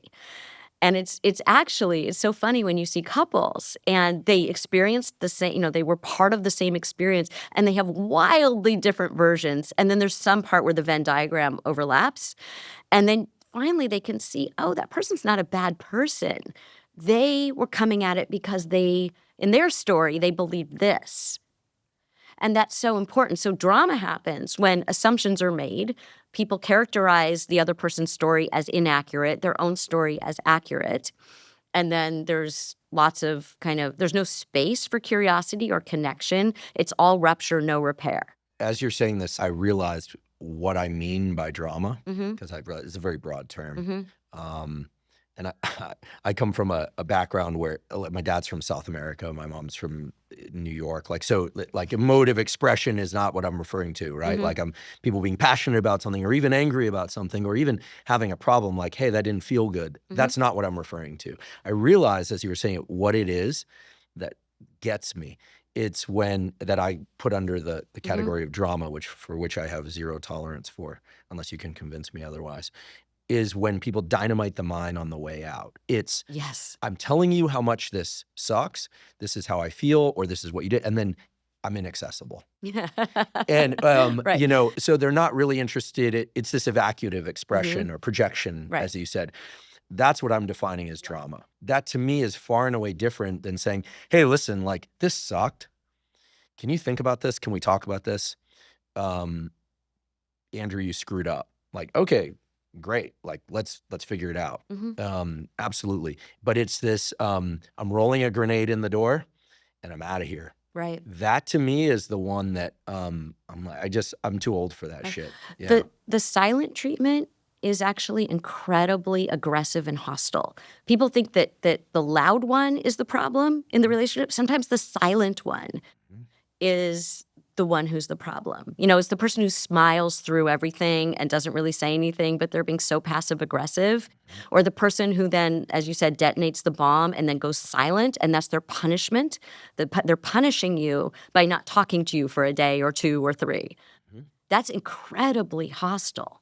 And the other way that people do that is you bring up something in a nice way to someone, and here's how they create drama, but they're shutting something down. They're shutting down any possibility of communication. Is every time you bring up something to them, they cry. Now, people don't like it when I say this. They say as a therapist, they should be able to feel sad or hurt when someone brings up something, and they should be able to cry. And I'm saying, no, sometimes crying is a manipulation. You can manipulate someone. So I'll see a couple and one person will bring up something Let's say, like, when you do this, or this hurts me, or I don't like this, or I need more help with this. And the person cries, like, you're hurting my feelings. This is, as opposed to saying, this person is trying to communicate with you. You're going to have feelings about it. But there's a manipulative way in which people will cry every time or many times. And it shuts down any possibility of communication. And so we have to say, what are you doing here? Every time you cry, then the other person feels like, well, I can't bring this up because I'm hurting my partner. And now we can never have communication because if I bring something up, I'm in a catch-22. If I don't bring it up, we have a problem. If I bring it up, you're going to say I'm hurting your feelings, and then I have to stop, so I have to be extra careful. And I don't know, there's no way to move forward here. So what do you do in that instance? We have to talk about the functionality of the crying. Why is it so hard for you to hear something that your partner is saying? Do you feel blamed? Do you feel shame? Shame is something that we avoid at all costs, right? No one wants to feel that. Do you feel like this person is making a global statement when they're not, that they're saying you're a bad person as opposed to what you did here was bad? So there's a difference between who you are and what you did. And often we paint with a big brush when we're trying to communicate with our partners, like you're bad as opposed to that thing that you did, that was not good. That thing you did was bad, but you inherently are not a bad person. And we tend to tell our partners in all kinds of ways that they're bad people when they do something that displeases us. We have to be really careful about separating what they did from who they are. And we need to do that with ourselves. So often we do something and then we feel so much shame around what we did and we say, oh, I'm a terrible person. As opposed to, I did something that doesn't align with who I want to be. It doesn't align with actually who I am. And that's good that you feel bad about it, because if we didn't have guilt, right? So guilt is a good, positive feeling. Shame, nothing comes from shame. We just tend to sort of like retreat from shame. Guilt is great. Guilt is saying you're not a sociopath. Guilt is saying what I did not align with the person that I am. So I am a good person. I did something that felt not aligned with that. And so I need to be aware that it's good that I feel guilt. If I didn't feel guilt, that would say something about my character. But the fact that I do feel guilt means that I'm willing to look at myself and I'm willing to do something different and I'm willing to make a change. And here I'm making a bunch of assumptions. I wonder if the crying is pre-programmed in some people because it's what was able to elicit sympathy and protect them. Like if they didn't do it, that they'd get hit, or if they didn't do it, it would like the bombardment would continue. Yeah, absolutely. Everything we do is for self-preservation. And we're just not aware of it. Like we want to avoid pain at all costs. And so even though a lot of what we do to avoid pain creates more pain, but that's not our intent. So anything that, when people, there's somebody that I write about in my book who comes off as very unlikable at the beginning of the book. And people say, why did you even take him into your practice? Why did you work with him? Why did you treat him? And when they get to the end of the book, not to spoil everything, but he's probably the person they love the best. And it's because I'm looking at that person's actions as they're coming from a place of he's protecting himself from pain. So he's an asshole to everybody because it doesn't let anybody in. It doesn't let him have the possibility of being hurt again because he was terribly hurt. And so, we say hurt people hurt people. What are they doing? They're protecting themselves from more pain because if they let themselves be vulnerable, they're exposed to the possibility of pain, and they don't want that. Are there some people for whom therapy just ain't gonna help? Yes, people who are not willing to self-reflect. And it's hard, right? I think a lot of people come to therapy and they say, I want something to change, but what they want to change is something else or someone else. And you can influence that. You can't change another person. Before people come to couples therapy with me, I ask them to each separately come up with the one thing that they want to work on about themselves So it's not what do you want to change in your partner? It's if you are going to be the best possible version of yourself in a relationship, what is the one thing that you really want to work on in our couples work together? Well, no, I want to work on things, but I really need the other person. No, wait a minute. I won't even see them in the room until they each have a very clear sense of this is the thing that I want to work on. Now, that might change over time depending on what we uncover, but they need to come in with a goal. Like we all know that there's something about ourselves that we could do better at in a relationship. And so what is that thing? What do you want to work on? And if the other person happens to change, great. If they don't, that's good information too. But you're not coming in because you think the other person's going to change. You're coming in to grow on your own. And you're growing in the context of this relationship, but you are doing some personal growth in the couples. I happen to think couples therapy moves us along faster individually than individual therapy does. Interesting. Because in individual therapy, you're telling a story. It's your perspective. I have to, as the therapist, intuit what else might be going on out there. In couples therapy, I see how this person reacts with other people. Now, I can see that in the therapeutic relationship individually, like whatever, this is a microcosm of how they interact out there. But I'm different from the people they interact with out there because of the nature of the therapeutic relationship. So there will be what we call transference, where they transfer some of their feelings about other people into the relationship with the therapist. And that gives me a really good idea of how they interact out there. Could you give me an example of transference? Yeah. Positive and negative? Yeah. So let's say that I say something and it turns out that they felt criticized. Well, it could be that I said something in a critical way, maybe, entirely possible. It could be that they have kind of transferred feelings about a parent onto me if I happen to be the age of their parent, or similar to, or if there's enough of an age difference between us. And they heard something that was meant to be compassionate, but it was also true and something they need to look at, but they heard it as criticism. Sometimes you transfer, there's romantic transference. People get, romantically attached to their therapists. And you have to be able to talk about that. Obviously, you have very clear boundaries. Nothing can ever happen, all that. But it's okay to bring that up. People think I'm not allowed to say that, I have these feelings. And then we deal with them and we see, how we can talk through that. And it's generally not that the person wants to get with you. It's really more about like what it means to feel romantically loved, or what it means to be loved in general, and that they put like a romantic veneer over that. So, love is so complicated and it's so multifaceted. So there's that kind of transference that happens. But I think with couples, when I say you need to be able to work on something that would, if you were to be the best possible version of yourself in this relationship, what would you want to work on? It might be, I need to self-regulate better. It might be, I need to be less needy. Of the other. I need to expect, in other words, a lot of people think that their partner needs to be like everything. You need to telepathically read my mind, and if you don't care. You need to intuit what I wanted to do for my birthday. And if you didn't, then you don't really know me. And these sound like kind of extreme, almost immature examples, but these are the kinds of things that people get caught up in. And I'm giving kind of like the highest level of that, but they can be much more nuanced and much deeper. And so, I think that people, you asked who cannot be helped, people who are not willing to self-reflect and look at themselves. I love that statement you made, which is if people are coming to therapy, they need to ask about the change they want to make in themselves. Yeah. And what their role is and what is not going the way they want in their lives. And this isn't about blaming them for the problem at all. It's about saying there might be some truly difficult situations out there. You might have a parent with mental health issues. And, what are you going to do about that? You probably aren't going to change the fact that they have mental health issues, but your reaction can change.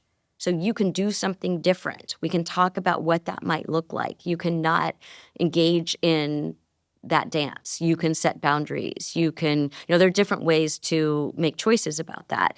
There are sort of like societal things that we can't change, but like, what can you do so that you feel like you have agency in the world, because we all have agency to some degree. So where do we find that agency as opposed to going into this like helpless, I'm the victim position? And people don't like to hear that. They say, what kind of therapist are you calling people victims? I'm not saying people are victims. I'm saying people have the mindset that they don't have agency, and then they become victims. But when you realize that you have agency, you realize, well, there are really difficult people, things, circumstances in the world, but I get to choose how to respond to them. Going back to this thing about texting, how many of the challenges that people present to you in your office these days incorporates or starts with, yeah, so I got this text versus, somebody came to me or called me and we had a hard interaction or we had a conversation or something happened at work. I mean, how much of it is in the digital world nowadays? Yeah. So here's what's interesting about texting is so many times people will come in and they'll say, we had this conversation on text. And I'll say, can you show me the conversation? Which people think, why would you do that? Why wouldn't you want to hear the narrative from that person? Well, I just heard the narrative, but I want to see what was actually said, because they're like, oh, I don't really know. Or let me read you what they said. And so, but I want to see what both parts of that were. And then the person can see, oh, here's how I contributed to that, or here's a choice that I made in that moment. Again, I prefer that these conversations that people have are face-to-face conversations when they're kind of about something in the relationship. Text is great for like your dailiness of, hey, look what I had for lunch, or how you doing, or I love you, or whatever, right? Or, can you pick up the kid? But when you're having some kind of, again, rupture or conflict between you, that's not a text conversation. But many people will do that on text. And then now we have a record. So it's not just like what my client is saying to me. It's like, this is how the conversation actually went down. We have a transcript of it. And it's really helpful for people to be able to look at that transcript. I agree. At the same time, I feel like breakups are much harder than they used to be, because you can block someone on social media, but then the block itself becomes this symbol. thing. You can mute people. You can put your phone away, but unless you block their number, they can, send you things. You can go back and read texts if you're an obsessive person. There are just so many avenues for people to access our psyche when we're trying to move on. And in the old days, kids, you had a phone with an answering machine. You broke up, it sucked. You looked at the photos, you put the photos in a box, or you burned them. And you put the box in a shelf, and then when you got into a new relationship, you either hid the box or you destroyed the box, and you moved on. And people's phone numbers changed, and it was so much easier. I noticed that one tended to just remember more good stuff because there wasn't other stuff coming in. The bad stuff tended to dissipate, or maybe it didn't. It was just so much easier. You weren't being infiltrated by the past. Right. And because of the nature of electronic stuff, I just feel like it's like the past trying to like hold us back. And this is on both sides. It doesn't matter if the breakup was amicable, then you long for the person now and again, or the breakup was rough and then you relive element. There's so many variants on this that I don't know. It just feels like breaking up's already one of the hardest things. People, I think, don't acknowledge just how hard breakups are. Right. They don't. And I think there's this hierarchy of pain that people have about certain things. Like, well, you only dated for this amount of time. How can it be that painful this amount of time after the breakup? That like there's this hierarchy. But if it was a divorce, then, people understand why a year later you're still dealing with it. Or, if you were only married for 5 years versus married for 20 years, like there's some hierarchy of pain that we have around things. Like it was a miscarriage, but your child, your 8-year-old didn't die. Sorry. Like, I mean, that's just people say that kind of thing. No. They don't say it, but that's how they treat people. It's like, I see. You had a miscarriage. Like what they say is like, oh, it's okay, you'll get pregnant again. If your child dies, they're not like, it's okay, you'll have another child, right? But it feels to the person who had a miscarriage that they lost their child. It's very, very painful. But listen to how we talk to people who have these experiences, that we tend to think that some experiences are sort of higher on the hierarchy of pain than others are. And so we think like a breakup is not as bad as like a breakup in a non-marriage or a short marriage is not as hard as a breakup with, a long marriage or whatever the hierarchy is. Or even someone who, it's like, well, and this is the reason that people don't actually get help for things, because they think, well, it's just this, it's not really that bad, or I'm feeling kind of sad, or I can't sleep, or I'm having trouble in this relationship, but it's not that bad because I have a roof over my head and food on the table, so I don't need to go get help. But let's say you fall and you clearly have broken your wrist. You're not going to sit there and go, I don't need to do anything about that because I don't have stage 4 cancer. You're going to be like, I'm going because I need to get my wrist repaired. So we treat sort of physical health and mental health as two separate entities, when of course the mind and the body are all intertwined. And I think that with breakups, it's the same thing. It's like people think, well, it's not that big of a deal after the first X amount of time. And breakups can really mark you depending on how they went down. Like if it was really volatile, if it was one of these things where you got no sense of if you were cheated on, if you didn't understand why the breakup happened, it was very surprising to you, all those things. It can really be a different kind of breakup than a breakup where a person, it might be very painful, but you understand sort of why the breakup is happening. It doesn't mean you don't feel the loss, but there's something different about the quality of the breakup. And so then people tell stories about the breakup because they didn't get the real story. So the story now becomes like you don't really understand why the person is breaking up with you because they didn't communicate during the relationship that maybe they were unhappy. And now you watch them on social media. So you're watching a story and you have this whole story in your mind of, look at them, they're on this vacation, or they're not even like with another person. They're just like, look, they look so happy. But it's social media. Of course they look happy. People are not posting on social media of, I'm so sad about my breakup, generally. There's a whole sort of subculture of people who do that, but it's a different thing. Very generational. Yes, Yeah. yes. But I mean, in general, you sort of you want to move forward. And by the way, about grief, it's not like moving on because we're sort of shaped by every experience that we have, but it's about moving forward. So people always say about grief, you need to move on. No, you need to move forward. Let's just talk about that. So let's say you have to move forward. It's very hard to move forward when you're watching the other person's life. You're not moving forward at all. They're moving forward, maybe. You don't really know. But why are you spending so much time watching someone else move forward? Can we focus on how you might move forward, whatever that might look like? But it's really hard when you have this split screen of their life is happening and your life is happening. I definitely want to talk about grief. Before we do that, I'd like to kind of double click into this breakup thing. In my observation and experience, one of the hardest things about breakups is this idea that we want to somehow come to a common narrative. And there seems to be a lot of desire to kind of understand where the other person's experience of what happened.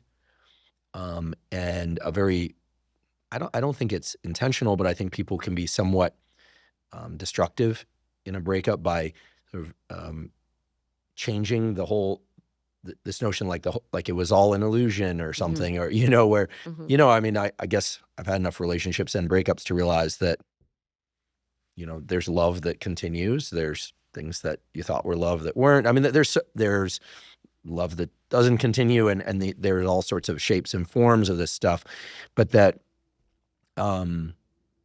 good, well-meaning people that take divergent paths, I've learned it doesn't mean that anything else sometimes. It literally just means that. Right. That there isn't a need to rewrite the script like it wasn't what I thought. It actually was what I thought, and then it was something different. Or it just, circumstances changed or things changed. I'm not trying to make light of this. I mean, I would argue I'm probably one of the least skilled people at breakups, although I've gotten quote unquote better at it, it's always super painful. Yeah. Like I've never had a breakup that didn't really hurt. It doesn't matter if I left or they left. That just didn't really hurt. And I think it's this idea of like, and this is why I think it's an interesting perhaps segue to grief, is that it's almost like as something ends, we look back and we evaluate the story and try and figure out, was that real? Right. Was it not real? How could that have been real? And then we're here, right? There was all this hope and expectation. And I think about this a lot. Yeah. So sometimes what the loss is about isn't so much about the other person. It's about the loss of what it feels like to be in a primary relationship. So you're losing the primary relationship, and then it happens to be with this specific person. And so there were good qualities about that specific person and qualities that maybe weren't right for you. But what you're losing is the dailiness. So much of what feels good about being in a primary relationship is, you get to tell the person the minutia of your day, the little things, the shared history and the shared experiences that become the shorthand and the inside jokes and the routine of, your flight landed, who you're going to text. Oh, text your partner, right?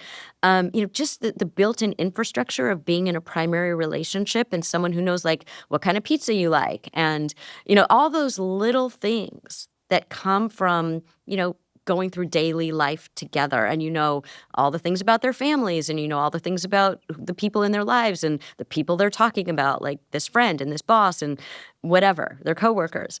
So it's this whole world that's been co-created.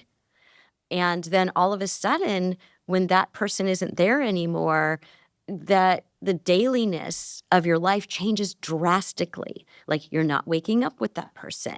You're not eating meals with that person. You're not talking about what's for dinner with that person.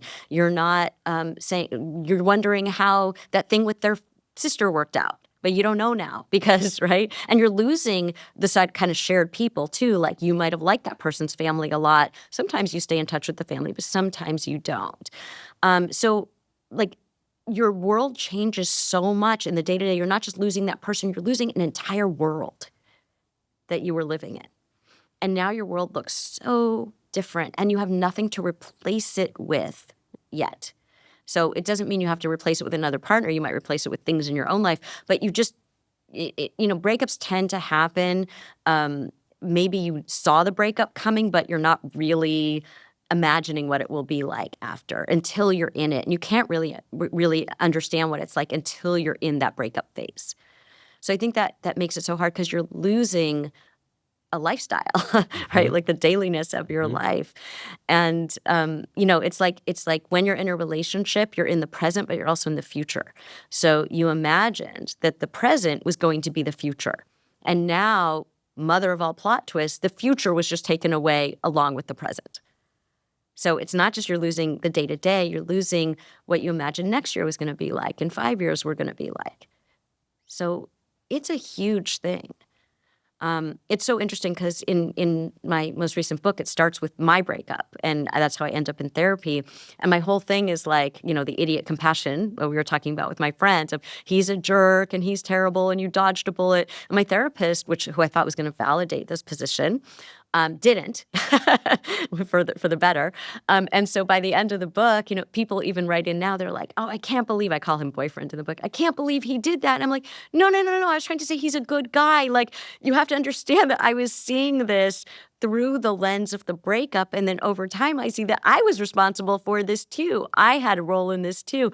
I chose not to see the things that I didn't want to see because I didn't want to live in that world of the breakup.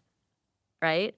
So I think it's wanting what you were saying earlier about wanting to have a shared narrative.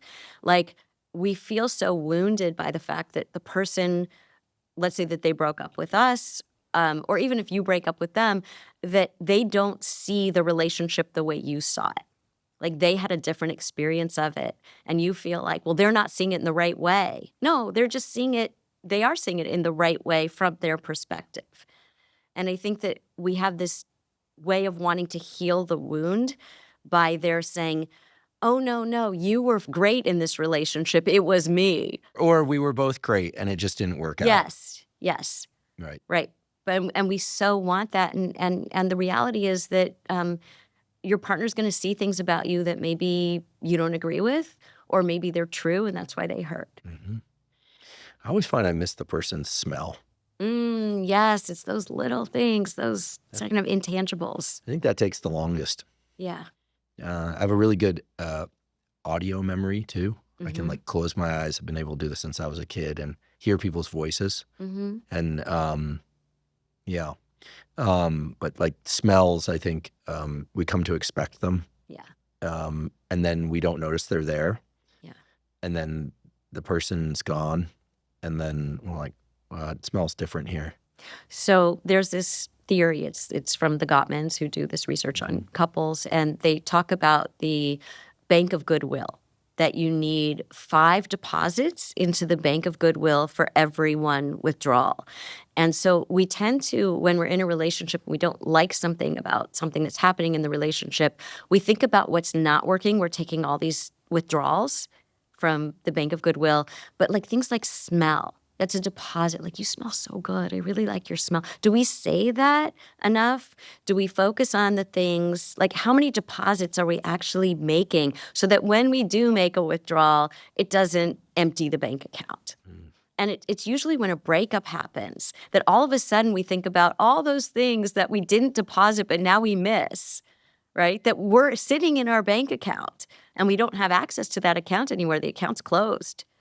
But when the account was open, we didn't look at what we had in there. And I think that the people who are, what I see with couples who are most successful are the people who do notice what's in the bank account, even if they have to take a withdrawal every now and again. I'm always struck by how people talk about their partners when their partners aren't around. Very important. The other day, this kid came up to me in the gym. He was probably in his 30s, but there I go again. He was a podcast fan. We were just chatting. I like to ask people, like, what do you do? And he's in tech, I think. I don't recall. But so like, where are you from? And he's from Brazil. Cool. And then we were talking about something. He said, my girlfriend. And then we got into some discussion about travel in South America or something. And then at one point he said, oh, yeah. She's like my flower. And the way he said it, I was like, wow, that's beautiful. Again, I'm half Latin. And but I haven't heard that enough. And I was like, wow. And I said, that's amazing that you just referred to her as a flower. He goes, yeah, she's like the flower in my life. Yeah. And I was like, wow. Like, you don't hear that that often. I also don't get into conversations like this very often. But somehow he just shared that spontaneously. Yeah. And she wasn't there to hear it. I can't remember the guy's name. Forgive me. She'll never know that he referred to her that way. But it was really beautiful. Yeah. And there's certain people, like I heard Rogan one day talking about his wife on a podcast. And he was like, she's just so nice. Like the appreciation he has for her in the small details of how he refers to her. And those are just 2 examples. And then I could give a bunch of negative examples about people. Gosh, I don't want to put it on one or the other side of the male-female dynamic, but when people say like, oh yeah, like they're a pain in my ass, or like the referring to people as their old lady or their old man, like that's an interesting, but kind of, in my mind, not the sweetest way. Maybe it could be. Maybe it depends on the tone. Anyway, I'm casting a lot of shadows and light where perhaps I shouldn't. But that interaction was delightful, and I thought, awesome for him and awesome for her. That's why I often start a couple session with, how did you meet? Because usually when people come to couples therapy, they think the first thing that's going to happen is you're going to say, so what's going on? What's not, then they'll start with the problem. And then they're like in that withdrawal from the bank account space. So I like to say, well, tell me how you met. And immediately, usually there's like, oh, and they have this great story, right? And they remember what they love about the other person. So we start with that. And you can see them sort of remembering who the person is that they fell in love with. Like, oh, I thought he was so cute, or, oh, it was this really, we were friends for a year and I didn't know if he liked me. And then this happened. And then I really admired this about him or her, right? And so they start in this different space. And I think about it like, and this is going to sound like a weird metaphor, but you think about like nonstick pans versus like, a regular pan that you have to put something in so that the stuff doesn't stick to it. When I think about like there are people for whom the good stuff, they're like Teflon pans. The good stuff doesn't stick. But the bad stuff about the other person sticks like a nonstick, like a pan that sticks, right? So it's like you think about like what is sticking about your partner when you think about like what they're putting in the pan, right? Like, are you a Teflon pan for good things, or are you a different kind of pan for good things? Because you have to think like, what am I focusing on? Where does my attention go? And so, why are you focusing on the things that are upsetting you so much? And, there are certain things that you're never going to change about your partner. Like your partner, we don't get to order up our partners a la carte. We don't get to say like, I'll take these qualities of my partner, but I'll take this thing that I don't like about them on the side.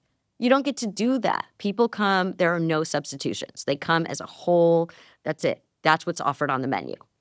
And so people think, well, I can change the thing that I don't like and I can like make that person a la carte. You can't do that. You can't order them up that way. So there are always going to be things that irritate you or that are suboptimal in a perfect world about your partner. Are you going to focus on that, or are you going to focus on the things that you really love about your partner? There's a saying from 12-step, which is identify, don't compare, which is like, because you'll hear people outside of 12-step talking about, for instance, well, he's this, and this, and ambitious, and this and that, but he's like kind of emotionally unavailable, but he's more available. And people will talk about male or female partners, right? Or potential partners as like, or people that they're dating, as if you could kludge together the best of all people and get this like perfect tapestry of the person that's got all the features you want. Because some people are a little more easygoing, lighthearted, and sometimes, not always, less ambitious. Those things, in my experience, tend to correlate, not always. Some people are super hard driving, they get it done, and they have the capacity to be immense providers, but they have less time, and sometimes they're not as emotionally available. Again, stereotyping like crazy here. But people get this idea that they're sort of like, through the comparison, they can arrive at the perfect person, when in fact, I think appreciation, not being Teflon about the positive stuff, comes from kind of shutting out the idea that there's an alternative. But of course, you don't want to end up in a situation where the person is, not good for you, right? Well, right. That's not what I'm talking about. Right. And I don't think you are. But with that caveat, I think that accepting that people are complicated and there is no kludging together of people. At some point, you make a choice. And this is when people cheat. What often happens is there's a specific quality about their partner maybe. Sometimes it has nothing to do with your partner, by the way. And I think this is so important to talk about when we talk about infidelity, that often it really has nothing to do with the partner, that somebody is expecting their partner, again, going back to vitality and aliveness, to provide that for them. And if the partner doesn't provide that for them, but your partner shouldn't be providing that for you, they're additive, they're not providing a lack or a deficit in you, that sometimes that's why people cheat. But other times they say, like, there's this quality about my partner that is really, like, I don't like it. Like, let's take, for example, I wish that my partner were more, let's say, ambitious. So they go and they like cheat with someone who's more ambitious, but then the person isn't loving or isn't communicative or isn't, whatever the other good qualities that the partner they have has. So they think that by replacing this one trait that the other person's going to have all the other great traits that the existing partner already has. And generally you're trading like one set of problems for another set of problems. So it's interesting that people think like, I can fix this problem because this person has that thing that I really want. Now, if your partner doesn't have any of that, like it's a degree, it's on a spectrum. So is your partner not ambitious at all? Or is your partner ambitious about different kinds of things? Like they want to be a really good parent and they're really, invested in that. Or they want to do something like philanthropic and they're really invested in that, but it doesn't pay a lot. So like, what are they, like, what energizes them? Where's their purpose? Where's their meaning? There's different kinds of ambition. I feel like placing one's attention on the good things as much as possible, and really letting those fill us up as Yeah. much as possible is really key. I didn't say this, but I borrowed this, but that two of the most dangerous words in the English language are "if only." This idea like if only this, because for two reasons. One is it's very unlikely that if only comes true, but the other one is it takes our attention away from seeing what's there. Right. So I like to say it's the difference between the what if and the what is. And people who focus too much on the what if this, they lose sight of what is. And usually there's so much good that they really don't want to give up in the what is. So if you're going to keep focusing on the what if, you blind yourself to the what is. And I think the what if is a big trap.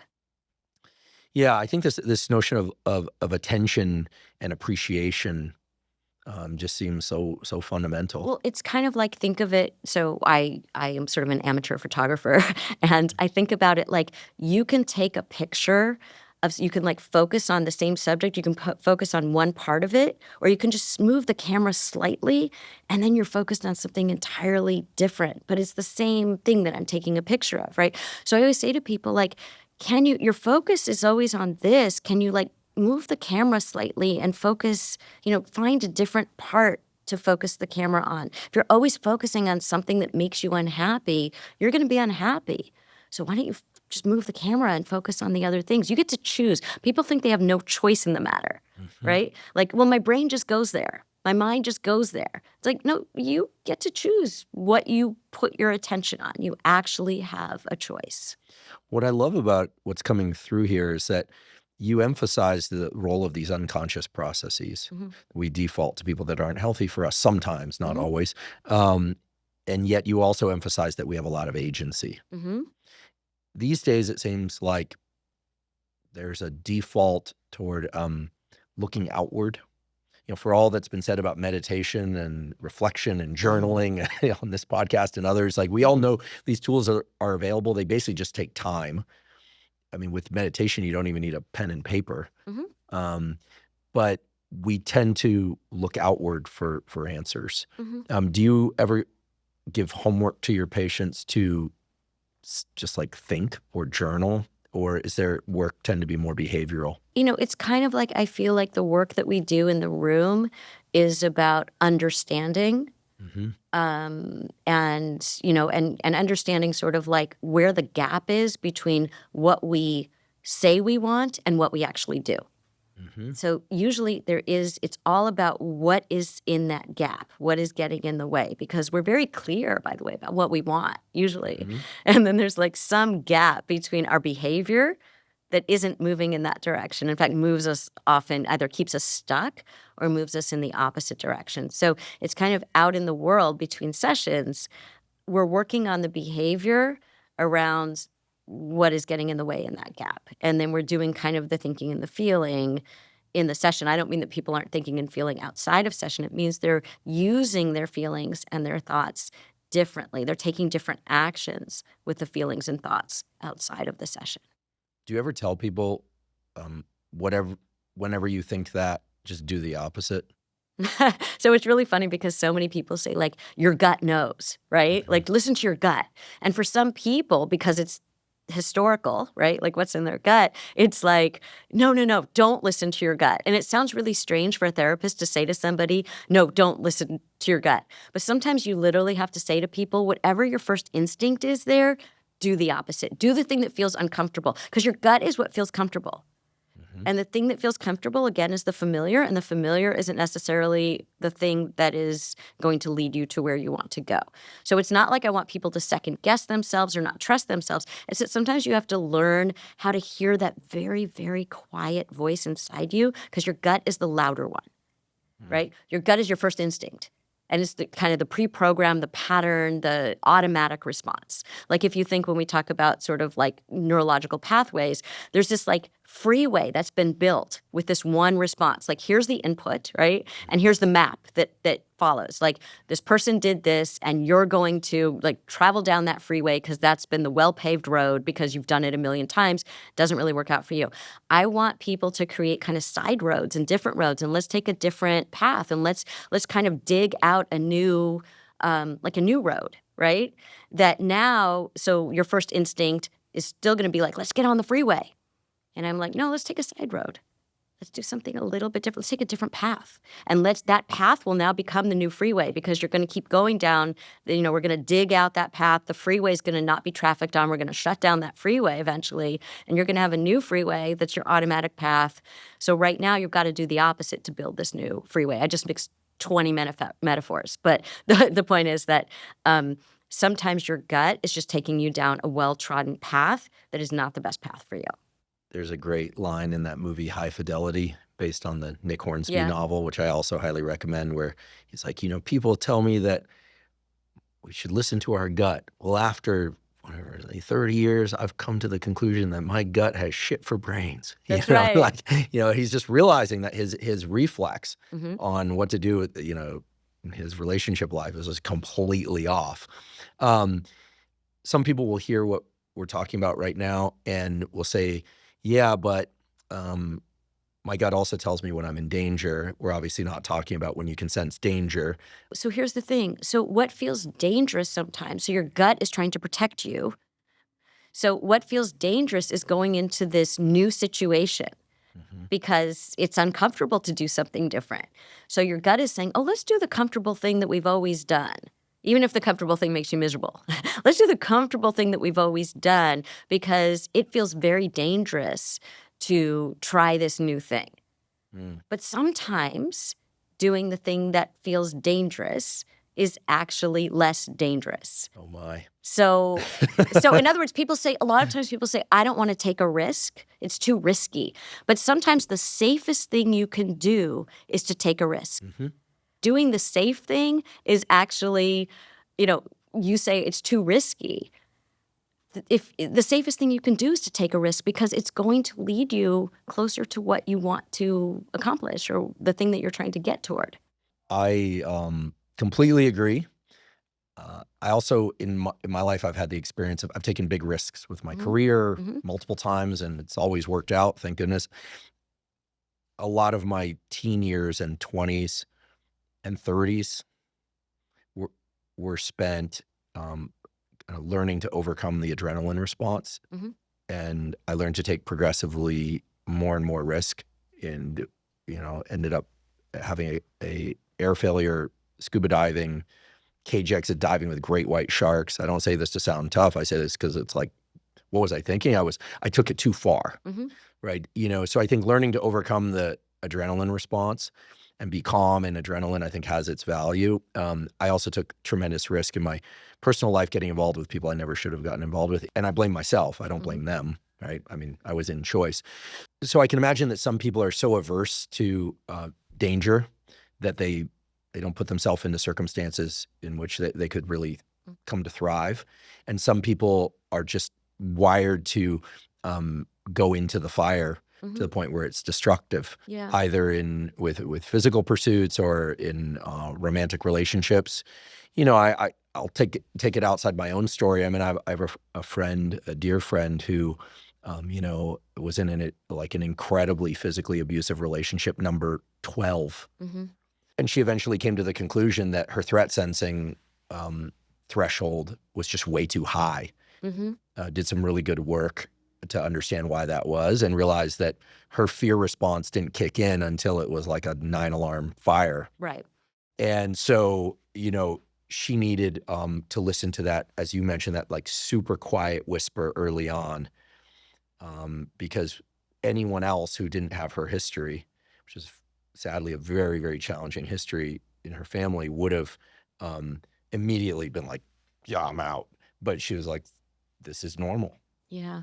When I was in medical school, I remember the people who wanted to work in the ER who were like, I want to do emergency medicine, were people often who grew up in environments where danger was a part of it, right? So they're used to that, and it doesn't really strike them as like their sense of danger, their barometer is different from maybe a different person's. I think of it as like a thermostat. When you think about like, let's say you want to set your thermostat at like 72 degrees, right? Some people, their thermostat is off because in their house, like they did the slightest thing and their parents treated it like it was a huge, horrible mistake and they're bad and it was an emergency, right? So they don't know how to calibrate, like what does 72 actually feel like? Or the opposite, like some big thing happened and their parents underreacted. And so they don't really know kind of like, what does 72 feel like? I don't really know what that like good temperature is like. So I think that there's a lot of people who stay in situations that are like, it's like other people would say, whoa, it's like 100 degrees in here, get out, there's a fire, right? And this person's like, no, it feels like 72. They don't know. And so it's really about recalibrating. And I think when we talk about risk and danger, you have to learn how to calibrate your own thermostat. And I think that that's really important. We talk about the difference between productive anxiety and unproductive anxiety. So unproductive anxiety is there's some kind of danger. And I'm going to ruminate and ruminate and ruminate, and I'm thinking about it all the time, and somehow that's going to keep me safe because I'm thinking about it. And then there's productive anxiety, which is, oh, it's good that I sense the danger because I'm going to do something about this. Like I have a plan for how to deal with this. So it might be I'm in this relationship and it just doesn't feel right, and this person is acting this way toward me, and I know I shouldn't be treated this way, but I don't know, maybe it's okay. And that's not productive. That's just anxiety. You're just circling, ruminating.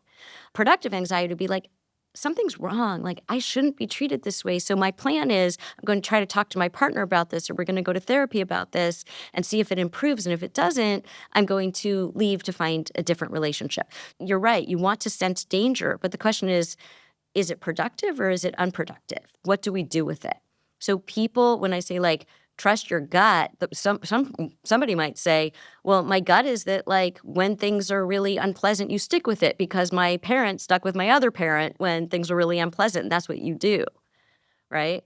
So that doesn't make sense.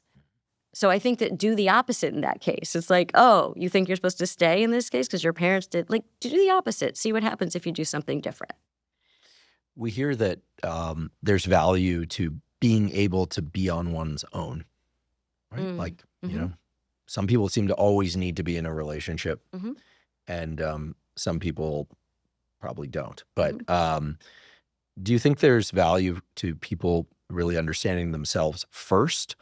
I know some couples that got together in like their first year of college that are still together. They have kids now in college, which is a trip, and they seem super happy. They are super happy from what I know. And I know people that have had many relationships and then find somebody, and some people take time on their own, some people don't. How important is this notion about knowing oneself really? Yeah. So when you look at what are the factors that determine the success of a relationship or a marriage, emotional maturity is number one. Number two, by the way, is flexibility. That being with someone incredibly rigid is very hard. Define rigid. Rigid is things have to be this way. In the practical space, like toothpaste has to be on the right, not on the left kind of And thing. emotionally rigid, like this is wrong, this is right. This is the way you do it, this is not the way you do it. You know, you behave this way, you don't behave this way. As opposed to people have different personalities, they have different ways of communicating. And yes, the rigidity around sort of like the household, of course, too. But just a rigid personality, you know, like I can't leave it this time, I have to leave it this time. We have to be here now, you know, like whatever. We can't, there's no flexibility around anything, or even flexibility around plans. Like when you get married, you don't know what 5 years, 10 years down the line is going to be like. Are you flexible with how you're moving in whatever direction, the other person is moving in whatever direction? Like if you need things to be static, that's very rigid. And it's hard because people are not static. There are things about their core personality that tend to be static, but people evolve. And so you have to leave room for the evolution of their three entities. There's you, there's the other person, and there's the relationship. And all three of those entities are going to evolve over time. And if you don't have flexibility and you insist that they stay exactly the same, that's going to be problematic. Going back to whether somebody needs to spend time alone before they get into a relationship, or how much you need to know yourself before you get into a relationship, I think people have this misconception that they have to be fully formed and then before they can get into a relationship. And the thing is that you grow in connection with others.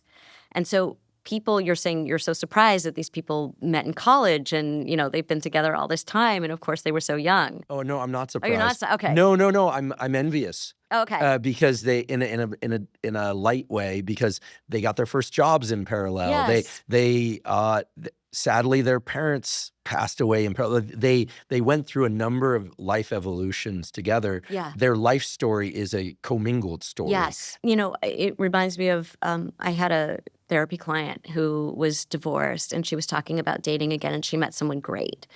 And she said, I love this person so much, and this person is actually a much better person for me. But there's a sadness that she said, he will never have met my parents because they had died. He will not know all these things about who I was when I was 25 or 35, or, what it was like when I went through this particular thing in life, or, again, wasn't there with the birth of our children, didn't know our kids at that age. So it's true that there's something very important about having a shared history. It's not end-all be-all. She's happier in that second marriage. But there is something to be said about people think, well, I have to wait until I'm at this point before I can seriously consider dating someone who might become my life partner. And I think that you grow in connection with people. Or people say, I'm not ready to be in a relationship because I don't know enough about myself. You're going to learn so much more about yourself when you are with someone because you're forced to. Someone's holding up a mirror to you.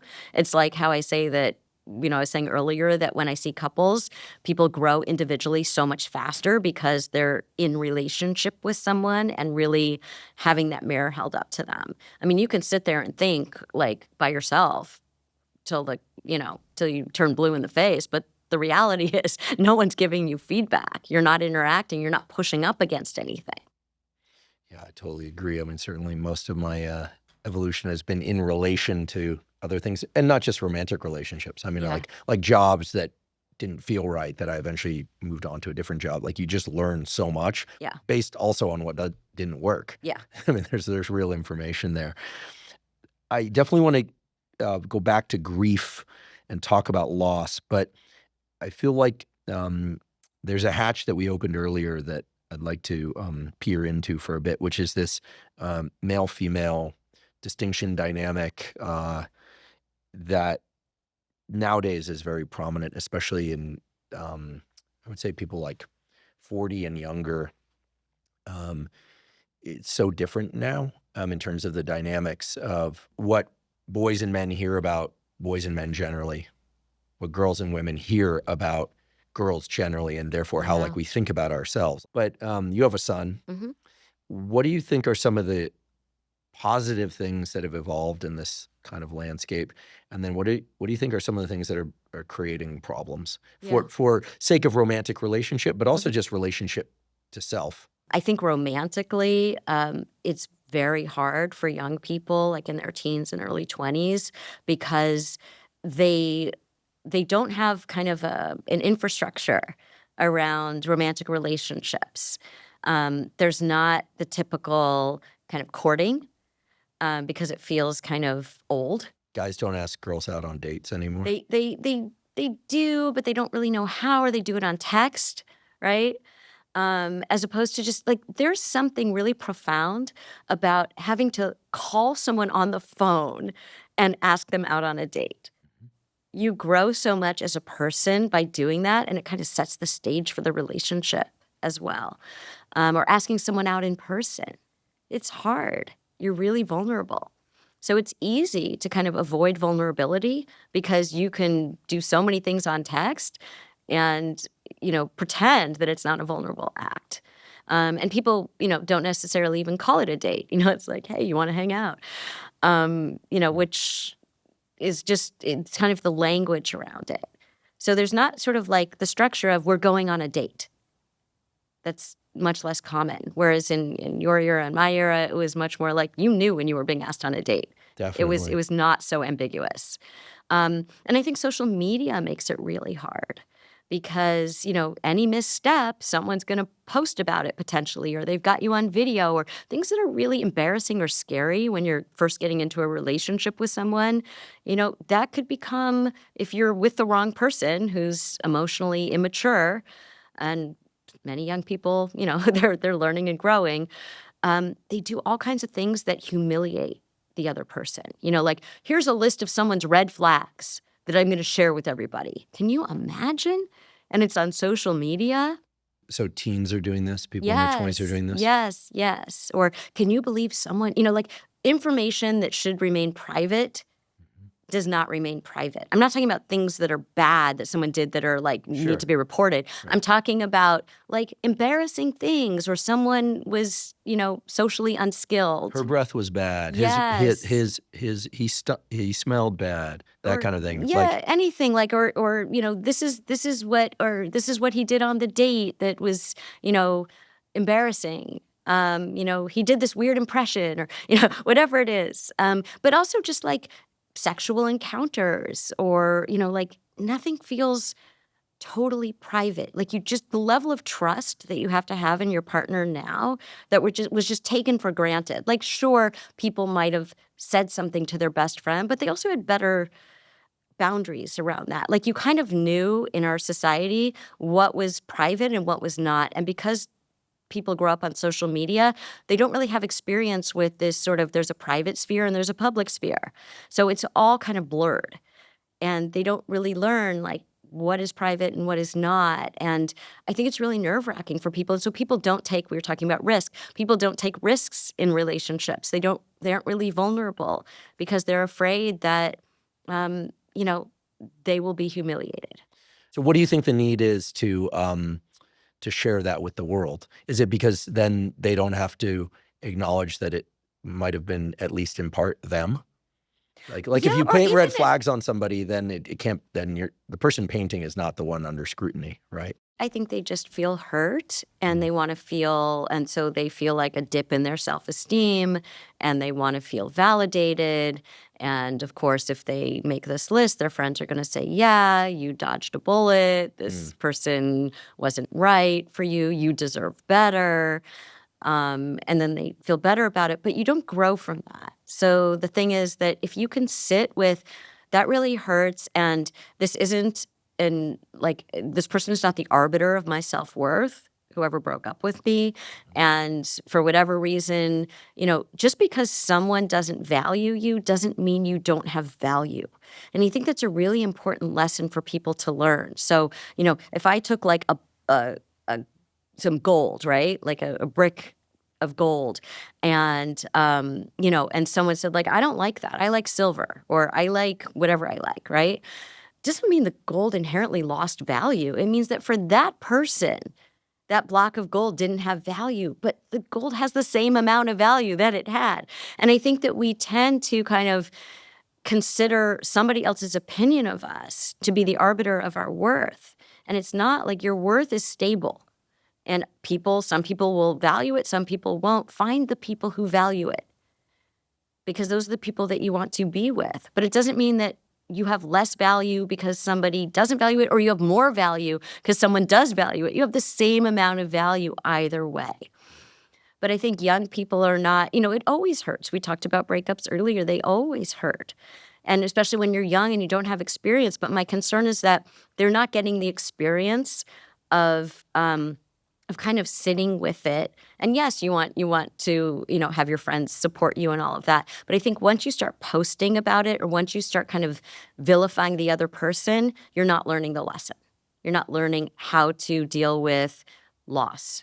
In your adult clients, how much of the struggle that you hear about in terms of romantic relationships relates to, again, online aspects like apps and things like that? Do you think they facilitated things or made them relationships more challenging? Well, I think what the apps do is there's a phenomenon that Barry Schwartz talks about in his book, The Paradox of Choice.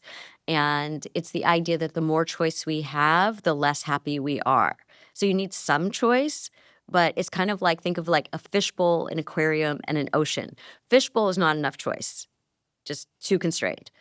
Ocean, too much choice. You're like, yeah, there's no direction. Oh my gosh. The aquarium is perfect. It's a certain amount of choice, but it's manageable. You don't get flooded. You don't get overwhelmed. So they did these experiments where like you'd be able to test out, like we have this new jam and we have 10 different flavors. And which one do you like best and which one are you going to pick? People would get so overwhelmed they didn't even want to try them. They're like, it's too much. Or we have 2 flavors. Which one do you like better, right? Manageable. So there are people who are what we call satisficers and people who are maximizers. So satisficers, well, let me tell you about maximizers first. Maximizers are people, let's say you want to buy a sweater, okay? You go into the store, you find a sweater that you like. It's the right material, it's the right price, it fits you well, it's the right color, it's good, great.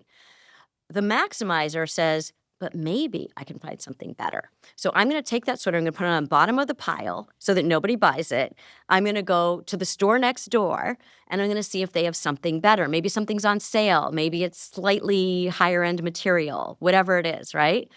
But they keep going to stores, and they keep doing this. And then they think, oh, well, I found the greatest sweater ever, and I'm going to get that one.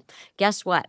They are less satisfied with that purchase than the person who, the satisficer, who would have bought that first sweater in that first store and would have been super happy with that sweater. It's all opportunity cost. Okay, for them. because all of the energy, the emotional and cognitive energy that went into maximizing something for what kind of benefit, like what % benefit, not much, compared to the amount of energy that they spent trying to maximize.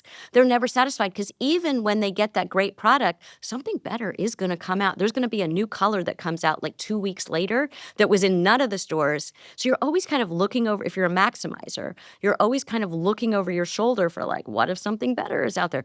In dating, that's what the apps are like. You go out with someone, you have a good time, you think, well, no butterflies, no sparks, pretty good time, but I don't know. I can go back on the apps. You go back on the apps, look at all the people there. Maybe they're better on this dimension or that dimension. And so what it does is it turns everyone into maximizers because there's an illusion of choice. Like not everybody you see is going to be better. And again, we don't get the a la carte option with people. So there will be different dimensions in which people are more aligned with what you're looking for. But no one's going to be like perfect. Right?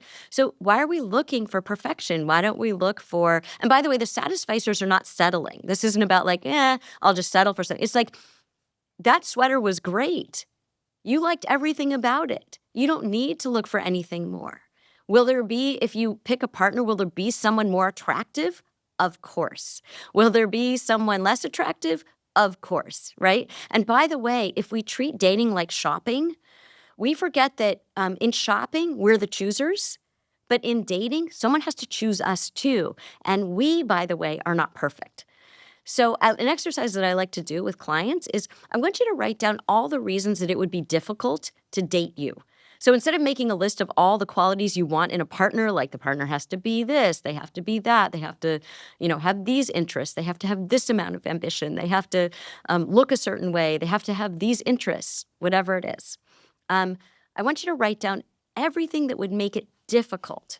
What a great exercise. To be with you. And some people, it's kind of like in a job interview when they say, what are your weaknesses? And we tend to say things that sound positive. Like my weakness is that I work too hard, that I'm too dedicated, that I can't, let go. This is a non-answer. It's a right. So you have to be scrupulously honest with yourself. So what makes it hard to be with you? And if you're really honest with yourself, suddenly you're less of a maximizer, right? Because suddenly you're like, oh, someone is thinking about the things that, they're looking at me holistically as well. And overall, I'm a pretty good package. But there are things that, maybe they could maximize if they really wanted to. But then they're going to have to give up some other qualities that I have that the other person might not have. So I think it's really important not to think about dating as shopping. And I think that people who grew up on apps tend to treat dating like shopping, and they don't sit there and make the list of, oh, I can be this way, and that makes it hard, for someone to be with me. And you could name a million reasons. Oh, and by the way, I tell them that for all the traits you're looking for, however, whatever that number is, because they tend to have a lot, right? It's not just like I need these 3 things. It's like I need these 20 things. The list. Right? The list. So I said for every quality that you're looking for, whatever number that is, if it's 20, you need to name 20 things that make it hard to be with you. So it can't be like there are 2 things that make it hard to be with you, but you have a list of 20 things that you want. Do you think that after people make that list that they might take a look at that list and make some effort to like reduce or eliminate some things from that list? Is that good self-work? Like if somebody is super rigid about punctuality, anyone that knows me clearly, that's not me. Like I know some people that are so rigid about that. Let's say someone identifies that as one of the things that can be really difficult. Like they get really upset if somebody's 5 minutes late. I've interacted with these people. You're very difficult to be around. As an academic, everything starts 10 minutes late. We end late. That's how it works. But should they try to resolve that or reduce that feature? Or should they look at the list and say, you know what, like I'm not going to change that. Or this thing, well, I should probably change that. What else can the list do for people? Okay, so relationships are like cement. So when you're first putting down, right, the cement, it's wet and it's malleable. When it dries, it's very hard to then now you have to like dig it up. So let's say that punctuality is really important for someone. And they think, well, I don't want to rock the boat. It's the beginning of the relationship. So yeah, this person comes late all the time, but I'm going to say nothing about it and I'm going to be cool with that, even though I'm not, and I'm sitting there seething every time they come late, right? And it's kind of like in the first 3 months of a relationship, I think it was Chris Rock who said this, in the first 3 months of a relationship, you're not you, you're the ambassador of you.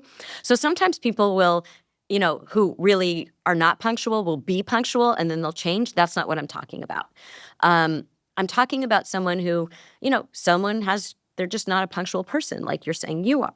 So if you're dating someone and that person is telling themselves like, I'm not going to bring it up. I don't want to rock the boat. It's early in the relationship. The cement is wet. This is when you need to bring it up. So because if you don't, what happens is it's like 6 months down the line, the person is like, I can't believe you're late. What just happened? Why are you're always late? You don't prioritize me. It's like the person's like, this is the first time hearing about this. Like the person has had A, no opportunity to change it if they want to, but B, no opportunity to explain. So it might be that, as happened with one of my therapy clients, the person was always late, but it was because he was trying to please her because she wanted to have dinner. He knew that she liked to eat on the earlier side. He worked really late. So he was trying to kind of like get his work done and get there. And he was always late because he was trying to like be there when she wanted to have dinner. So he said like, I'm late because I do prioritize you. I'm actually leaving work early to be with you. But I should have just said I can't be here at this time. That's what I should have said. And I was worried you would get mad because it would be too late for you. So you see the assumption that she made was you don't care about me. I'm not important to you. Your work is more important. And he's saying, no, I actually was leaving work to be with you and I still couldn't get there on time. So we need to figure out how to work this out. Like, can we have dinner later? Because I'm just going to be late if we do it earlier. And, what can we work out? So that's an example of if you just bring it up early, you don't build up all these stories about the other person. This person doesn't care. They don't prioritize me, whatever the story is that you're making about that person. And you have a chance to see, is the person willing to do something about it? Or if they're not, are you willing to be flexible and say, you know what, this person, they just run late. And I like so many other things about them, and I'm going to adjust to the fact that this is one thing that in a perfect world, I would like them to be more punctual, but there's so many great things that this is one thing that I'm going to adjust to. Weaving this with what we were talking about earlier about gut sense and the validity or lack of validity of gut sense. I certainly have had the experience, and I know many other people have, that after a relationship ends or when it's ending, they think back and they go, there was that thing at the beginning and I knew it then, but I pushed it aside. Like Is that just a story we tell ourselves? I think that the most important question to ask yourself after you go on a first date or a second date or a third date is, how do I feel when I'm with this person? Because all the other stuff is just kind of like a cognitive exercise, right? Like, so one of my clients, she was said to herself, like, I don't want to date she was in her early 30s. And she said, I want to have kids with a partner. I'm 31 years old. I don't want to date anyone. I'll date someone who's divorced, but I won't date someone who has kids. She met someone online. It didn't have the kid question in that particular app that she was using. She went to meet him on the first date. She's having such a good time, and it comes up that he has a kid. And she was having such a good time that she really debated, like, should I go out with him again? Should I not go out with him again? This is not what I want. I don't want to deal with that. It's too messy, and it's not what I imagined. If she had known on that dating app that he had, it had asked if he had kids and he had put that, she would never have met him. That is her husband. She is so happy. I mean, they've been married now for like 15 years. They have kids together. They have the other kid. She's so happy. So I think that when we make that list that you said, like, should you take things off the list? I think that you need to have flexibility about things that may not matter, but you have to be very inflexible about the things that do matter. So character qualities, they matter. Values that align, that matters. So those are things that don't be flexible on that. So I just want to make sure I understand. So we're talking about two different lists here. One is a list about features about the other person. This is what we hear as like the list. The number of times that friends are like, you have to make a list. I'll never get around to making the list. But I like this other list that you described, which are all the things about ourselves that would make us difficult to be with. Which list or both do we need to have rigidity versus flexibility on? I'm saying that when we think of that list, and by the way, a lot of people don't sit there and write a list, but they have it in their head. There's this process of, I know what I'm looking for or whatever. Some people say, like, I know it when I see it, but there's really a list in there because you know what you're looking for and it matches this list in your head. So on that list, I'm saying you need to put more things like character qualities. Are they honest? Are they reliable? Can I trust them? Do we have the same kind of vision of the kind of life that we want to lead? Where are we aligned on those important things? Because those things are sort of hard to bridge, those gaps. Like they're just going to keep coming up and be very difficult to deal with. Things like, do we have to have all the same interests? No. Do we, does the person have kids or not? Well, that may not be the ideal choice, but look what happened to this other person that, you don't know. I think that question that I'm going back to of how does this person make me feel if the character qualities are there? Because sometimes people who don't have the character qualities that you want are very charming and they can make you feel great. But if they have the character qualities, do I feel calm around this person? Going back to this idea of peace and calm.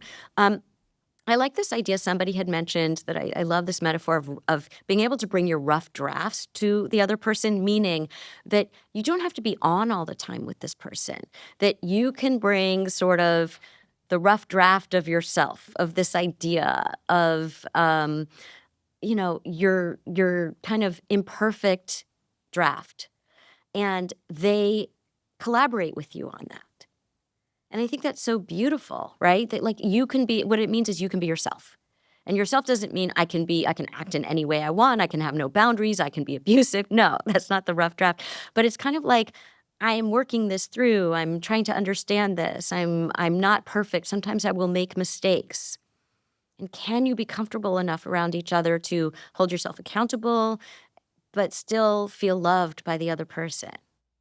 I love the criteria, for lack of a better word, of, how do I feel when I'm around this person? Yeah.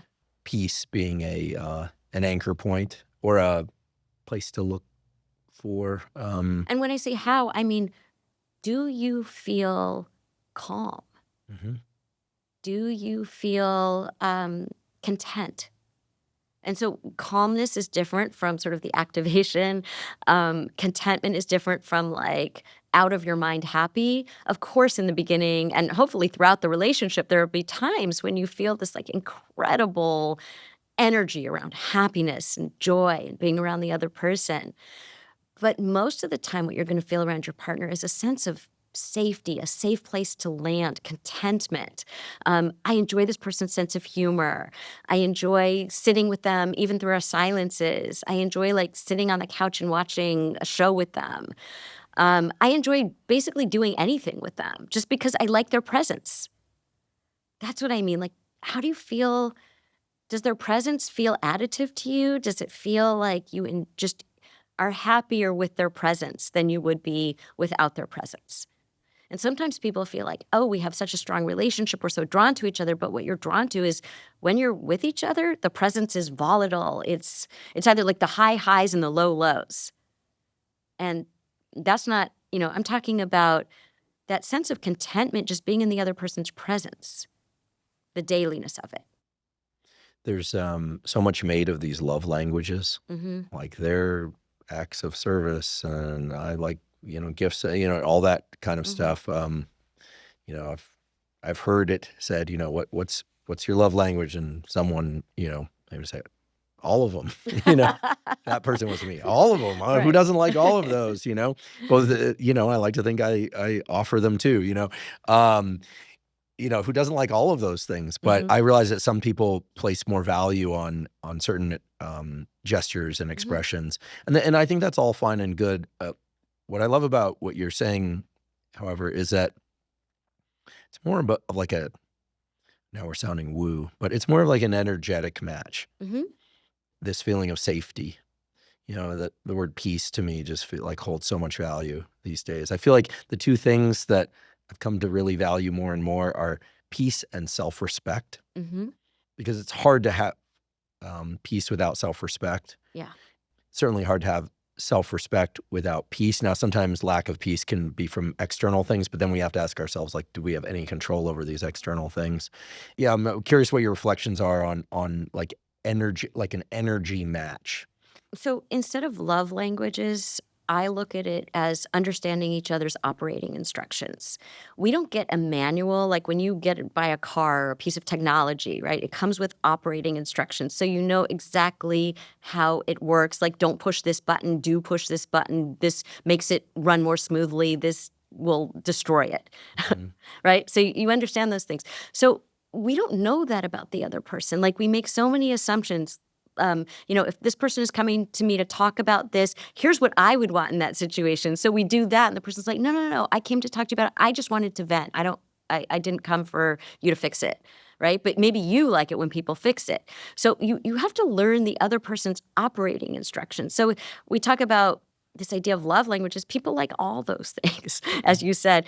Operating instructions is something so much deeper and more intimate, which is, I understand that being late means this to you, right? I understand that it helps you when you're anxious if my voice gets quieter. Instead of, I understand that you need a hug in this moment. I understand that when we're going on a trip, you like to pack this way and I like to pack this way, and let's do it our own ways, right? Just like, I understand these things about you and you understand these things about me. And so if we understand them, we know how the other person operates, and we're going to operate ourselves with an eye toward that. And there's something so loving about understanding somebody's operating instructions and honoring them. And we don't try to figure out the other person. We try to think like, why are they acting that way? We don't get curious and ask, hey, why are you acting that way? What's going on? And you learn then, oh, well, this is why. And then now you know that in those situations, here's how they can go more smoothly. I rarely ask guests on this podcast to editorialize about other guests, but here it feels appropriate. Bill Eddy was on this podcast. He's a therapist and lawyer, and he wrote the book, I think it was like 5 Types of People That Will Ruin Your Life. And one of the cardinal features of a person that he claimed will ruin your life is somebody, one of the early warning signs, let's not say cardinal features, but is somebody who has a story about their past failures that's always about how they were wronged by somebody else. Yes. Like the victim stance. Like there's no other word for it. People who are constantly talking about how they were a victim of somebody else. There is a word for it. It's called help-rejecting complainers. Help-rejecting complainers. So a help-rejecting complainer is a person who is always telling you, this went wrong and it was somebody else's fault. And they're seemingly coming to you for advice or guidance. And no matter what you say, like, how about this? Or have you tried this? Or have you thought about this? No, that won't work because no, I've tried that. That's not going to help. No, because people are like this and that won't help. So they don't actually want help. It serves them in some way to complain and be the victim and be wronged. And so it's almost like, that makes them feel better. They don't want to look at themselves. They don't want to look at their role in things. So beware of help-rejecting complainers, because they're always going to come to you and you're going to at first feel bad for them. You're going to be like, wow, they've really had a hard time. Wow, I wonder if I could help them this way. And then you start to realize they don't want help. They don't want to be helped. They will reject any help that comes their way, because if they get help, they can't complain anymore. I'm guessing you see this sometimes in therapy. And in the world. Yeah, in the world. We've been making a fair number of assumptions about relationship structure. There are so many different permutations these days that we don't have to explore them all. But do you think that some people are just not well suited for romantic relationships? I've known a few people in my lifetime, a former advisor who he passed away, as I mentioned earlier, but who had tried romantic relationships and decided they weren't for him. Most everyone I know in my life is either partnered or, pretty much. Thank goodness, happily so. But are there people for whom they just opt out of the game for reasons that are healthy as opposed to fear of rejection or otherwise? I think that we are wired to want to love and be loved, whatever that means. There's all kinds of love. There's all kinds of ways to love. I think that people don't know how to love and be loved if they haven't seen it. So generally you learn that because you've had it modeled for you, or if you haven't had it modeled for you, you by trial and error start to learn these things. Maybe you go to therapy and you learn more about it. But I think no matter what people come to therapy for, no matter what we call the presenting problem, they're coming because whatever they want to say it is, deep down, something got kind of ruptured in the love or being loved area of their life. And really that's the core of it. And we have to solve that problem so that the problem they came in for, it's kind of like you're dealing with content, which is like, here's the problem, and process, which is what's going on underneath. And if we can solve the process, then you solve content in multiple areas of your life. It's not just this one problem that you came in with, but generally, if you learn at the core what the issue is that gets in the kind of love or be loved area, you learn how to navigate through the world differently in your professional life, in your romantic life, in your platonic friendship life, in your family life. So it's not just therapy isn't just about solving that one discrete problem. Sometimes it is, but many times it's about if we can get to the deeper process issue, then you will solve so many different problems simultaneously. Throughout today's conversation, I feel like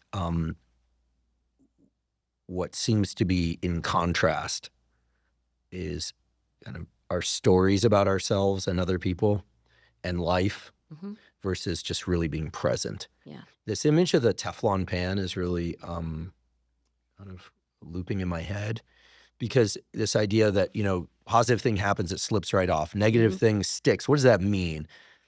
It's like we create a story about the negative thing, and that the story about the positive thing was a very brief story. It was like one of those 3-sentence poems or something, and then it's gone.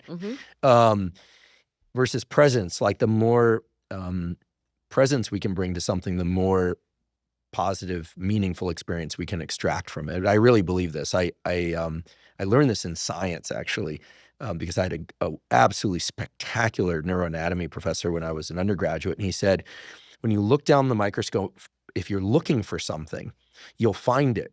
But you're going to miss all this context of like the inputs to that structure, and you lose the pattern recognition that's going to serve you going forward. So I learned I had I had so much time back then. I would just sit at night as a graduate student after I left, my undergrad and went on to 11. I would just like stare at brain tissue, and you learn that and about it in conscious and unconscious ways. And then later when you're doing an experiment, you see things like, oh, there's a deficit here. There's a real effect here. And you learn that through presence, you're like experiencing things so much differently than if you go looking for something. In science, if you go looking for something, it's actually bad science. Right. And I've tried to transport that onto relationship in some ways, like in relation to things and people and dogs and all the things in life, if you're really present, like the story's writing itself, but you're not scripting it out. I don't know. I don't think I have a language for this. Rick Rubin's talked a little bit about this in his book, The Creative Act. Like we need to be on the front end of the vehicle, experiencing space and time as it's happening, as opposed to sitting next to it or in it and kind of creating a narrative about what's happening around us. Does that make sense? Right. So most of us, all of us, myself included, you, all of us, we're unreliable narrators because we're only telling the story through our own lens. And so it's really important for people to kind of be expansive about what the story might be about themselves. Like someone might have a story, I'm unlovable, or I can't trust anyone, or nothing will ever work out for me. That's their story that they're carrying around from childhood or from, some experience that they had in life. And they don't realize that they're carrying that story around. So everything that they experience is viewed through that lens.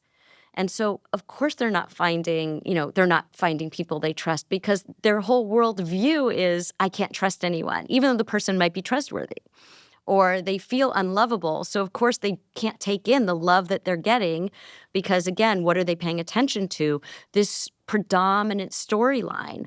So they need to rewrite the story. I created this workbook that's a step-by-step guide. I'm not sort of doing this to plug the workbook. I'm saying it's a very methodical process. You have to break down the story. And my background is that, I come from a writing background. So I feel like I'm almost like an editor in the therapy room when people come in and they bring this story. And my job is to help them edit the story so that this faulty narrative that was never true, or someone, whoever told them that story, whether they explicitly said you're not lovable or showed them through their actions that they then felt not lovable, that story was told by another narrator. So that narrator was unreliable, gave you this story that now you take as gospel and you move through life with that story. So let's examine that story. And can we look for examples of counterexamples of when that story is not true? Because generally, there are stories of you being lovable. There are stories of people being trustworthy. There are stories of things working out for you. So we have to really rewrite those narratives and say, what is true and what is an artifact of somebody else's story that we're carrying around, and why are we like writing the next chapter with somebody else's narrative that we never owned anyway? Yeah, it seems that like one of the challenges of being human is, unless somebody is a narcissist where they basically dismiss anything that doesn't make them feel good, in which case they miss out on so much of life and everyone can't stand them anyway. If you're a permeable person, like you're paying attention to what people say, you're trying to integrate that, you're trying to do better, be better. The hard part is being semi-permeable. You have to know what to let in, what to reject, what to accept, what to work on. I mean, it's a challenging thing, this process of being a person in relation to others, right? Well, right. And again, the story, think about like how much we tell stories about ourselves and other people. That example I gave you earlier about the person who said, well, he doesn't prioritize me because he comes late and work is more important to him. And in fact, he was prioritizing her. So we tell all kinds of stories and we make meaning of interactions with people. And generally, we don't have enough information, and we need to say, can we expand this story? What would that story look like if I got curious and ask more about it? Or even just things that happen in our own lives. Can I examine that story for myself? Is that the story I want to tell myself about that experience that didn't go the way I wanted? Or can I look at it a different way? Like, am I a failure or am I actually growing? Right? You can look at the same story the same way. I'm a failure. That didn't work out. Or, oh, that's really interesting. I learned something really important. And I'm really a courageous person for trying that. And now I learned something. Totally different experiences of the same event. And I think sometimes the way we get to that story in the moment is to look at our senses. So we have 5 senses. We don't tend to pay much attention to them. We just think through everything. So can you say in a moment, right, like even about your partner, when you're upset with your partner, can you say, like, with each sense, like, here's one thing I see about my partner that I really like, even though I'm upset about something they just did, right? Here's something I hear. I like the tone of their voice, or I like the way they laugh. I like the way they smell. Whatever it is. I like the way you can just reach out. By the way, touch is so important. What I have couples do sometimes when things are getting a little bit escalated in the therapy room is I'll say, can you take each other's hands right now? And it's the last thing they want to do in that moment. I'll say, can you just take each other's hands? Calmness, right? Their nervous system is calming down. And all of a sudden they feel, oh yeah, I forgot what that touch feels like. And you feel connected now. So can we use our other senses sometimes when we get really in our head and use it to kind of expand the story and connect, and whether it's connecting with yourself. Sometimes, with anxiety, we do that, something I can see, hear, taste, touch, smell. We can do that with a partner too. I feel like the whole landscape around relationships has changed so much in the last 20, 30 years. It seems like in some ways for the better. Like there's a lot more discussion about the sorts of things that you're explaining, and better understanding of self, how to show up better choice making, and so on. I was thinking about at the same time, this example you mentioned before of like someone in their teens or 20s a couple will break up, and then somebody's posting all these things about them, that kind of quote unquote feedback, because it's not really feedback, it's more signaling and posturing about what they aren't as opposed to what the other person is, has got to create pretty detrimental stories in the person that it's about, right? Because they have the choice of either believing those things or disbelieving them, but it's not really an opportunity for growth in the same way that sitting down with somebody and saying like, hey, these were some things that you did well, and here are some things that didn't go well. And I guess how much of the story for men and women, young men and women nowadays and older, do you think like is being written through what we hear about the opposite sex, right? Like in the last, I would say 10, 15 years, it hasn't really been a moment of really trying to prop young boys up and men of it's like maleness is great. Like that's not something you hear very often. Yeah. And I certainly understand why there was a need and an effort to balance opportunities, right? But a lot of young guys grew up hearing that maleness, having a Y chromosome, is a bad thing, that testosterone is bad or something like that. And I've been asked to comment on this more and more recently in the press, and, I only know my experience and what I observe, but, you take any group and tell them that they're bad, that hasn't really worked out well for any group or for society.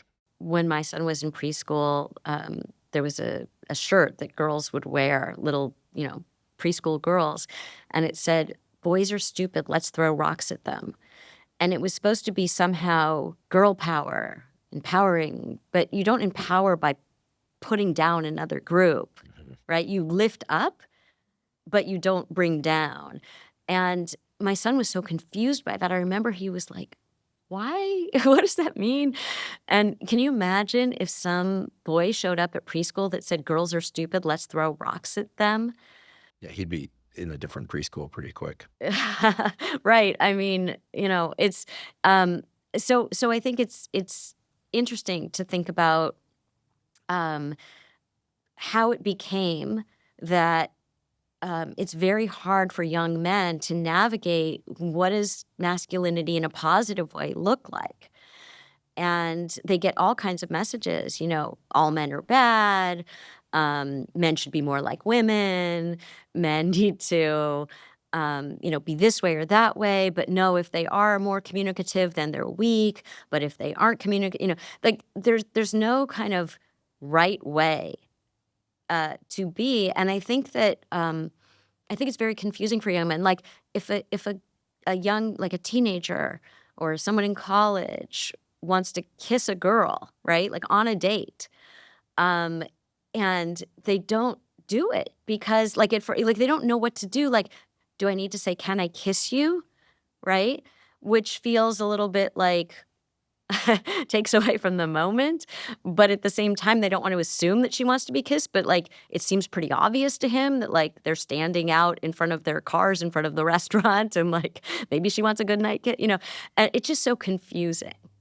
And I think that there's definitely, I think, a positive correction in what we call toxic masculinity, the ways that men didn't really assume the personhood of women. But I also think that it's gotten to a place where it's so confusing for both young men and young women to understand sort of how can we be with each other? How can we relate to each other where we won't be criticized, canceled, we don't know what's right. Like, do I put myself out there? Do I not put myself out there?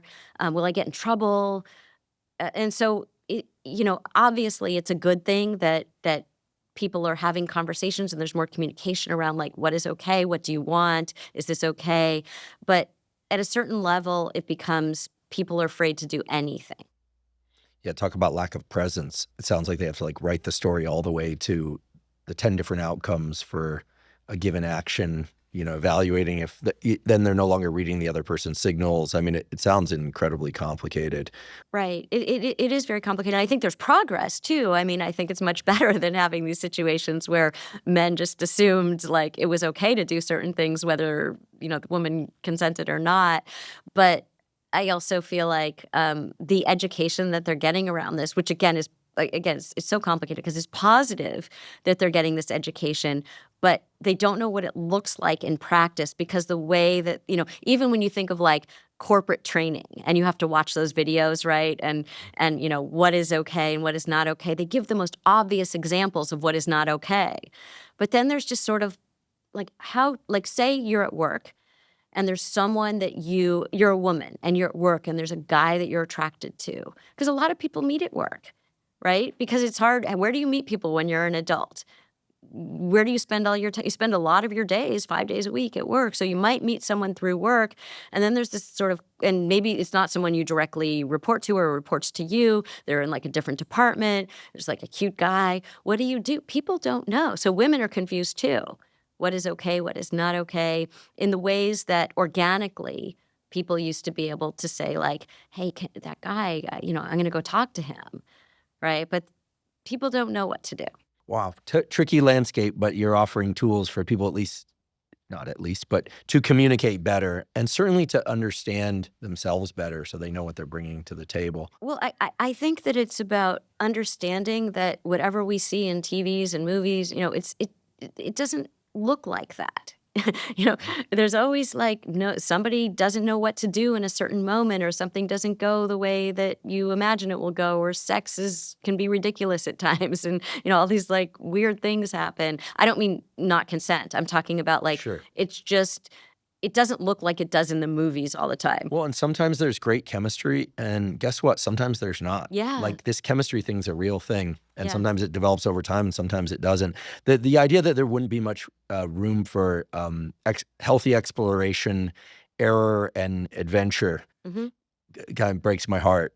Yeah. I guess that's what I was referring to about Yeah. things, But young people are smart; they can figure it out, and they also like to throw off the kind of like rules and standards of the adult generation. So I trust they'll come up with a better alternative for themselves, right? I want to make sure that I ask you about grief. Mhm. when a client is grieving a breakup or a loss of some sort, do you tell them to feel their feelings, or do you tell them to compartmentalize and only feel their feelings certain times a day? Or do you, ever have to say, hey, listen, it's time to bury this thing? I'm laughing because there's no one way to grieve a loss. And even the same loss, like, siblings can lose a parent and they'll have very different ways of grieving the loss of the exact same person. There's just no right way or one way. And I think you really have to honor that person's process. And what I mean by that is it doesn't mean sort of, just spend the rest of your life like dwelling and not living, right? But I think people have this misconception about grief that somehow you're going to get over it.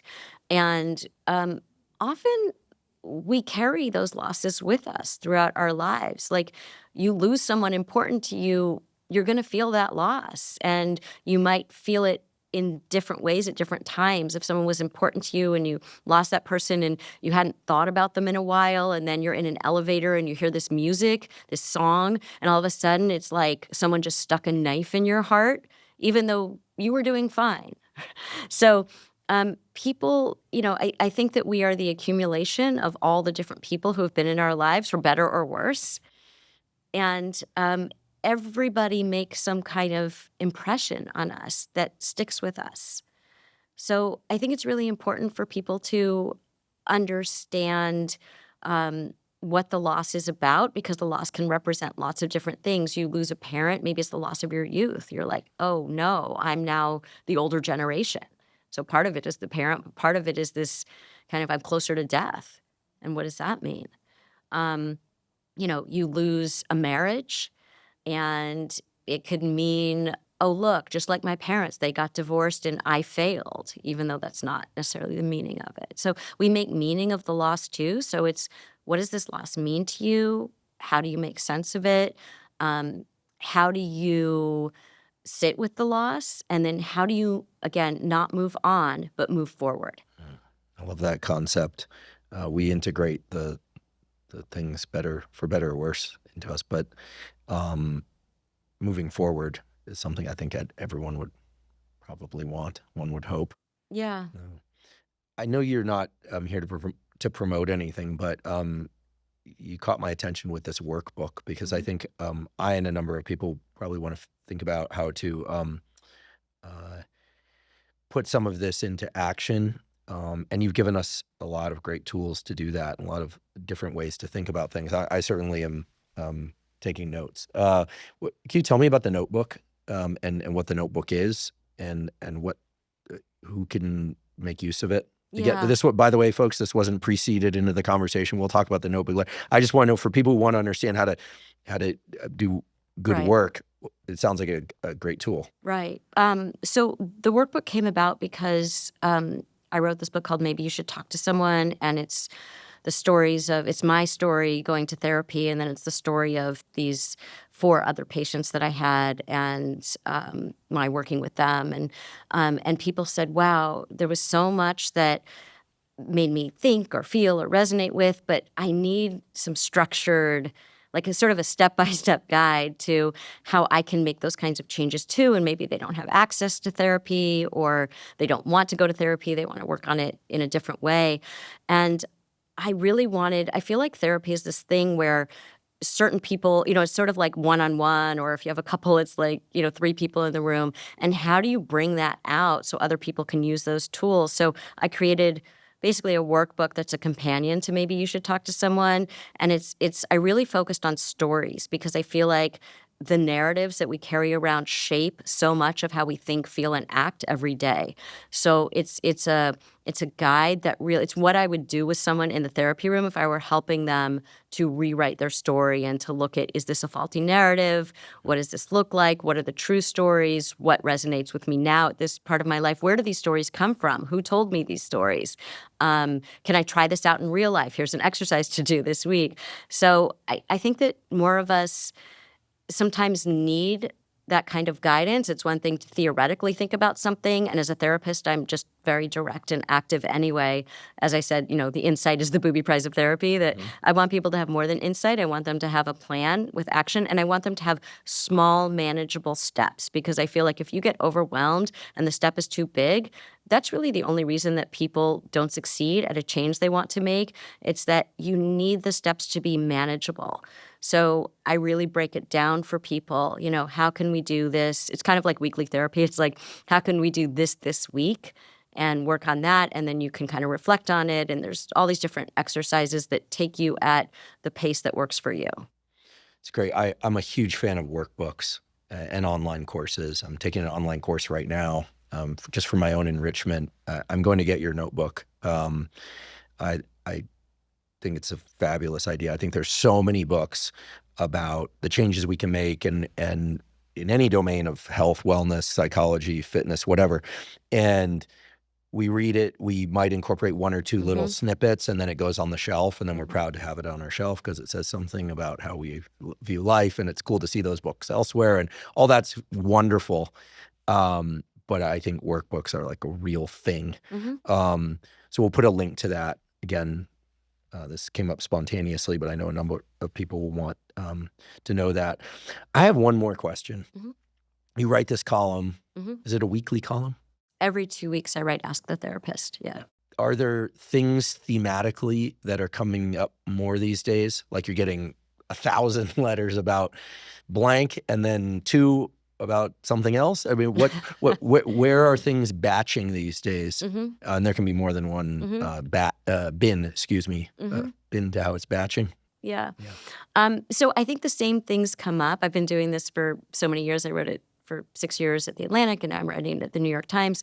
And it's interesting because people talk about the same issues differently, but it's the same issue. So someone might say, a lot comes up around, should I cut off this person? Whether that's a family member or a friend.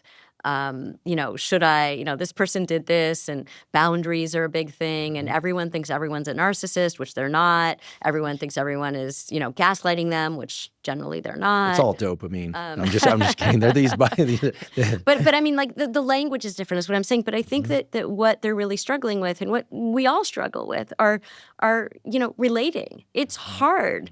Humans are unpredictable. Humans are, well, in some ways they're very predictable, but I think they're hard for another person to understand in that way, going back to the operating instructions, that sometimes you think this is going to be the expected response and you get something completely different. They can't understand why a friend or a family member or a coworker or whatever would do or say or think something. I think at the end of the day, people really know what the answer to the question is, but they want permission. So many times people say, like, what do you think about this? Or I really want to do this, but the people in my family think this. And so they're almost asking for permission that it's okay to want something. It's okay. We are so cautious about desire in our culture that sometimes we think that if I have a desire, it's indulgent, as opposed to you should, you have desires, live a big life. I always say to people, when you're making a decision, choose the bigger life. That's how you make the decision. And I heard that somewhere. It's not mine originally, but I think it's so true. That, it's okay to have these desires. But then we get these messages from our culture or our friend group or our families that, no, it's not okay. And so a lot of people want permission that it's okay that you don't want to go to medical school. It's okay. It's okay that you don't want to have children. That's okay. So I think sometimes people want permission, but I think I think most of the letters are about, I'm having trouble relating, and I don't know if I'm crazy, they're crazy, what's happening.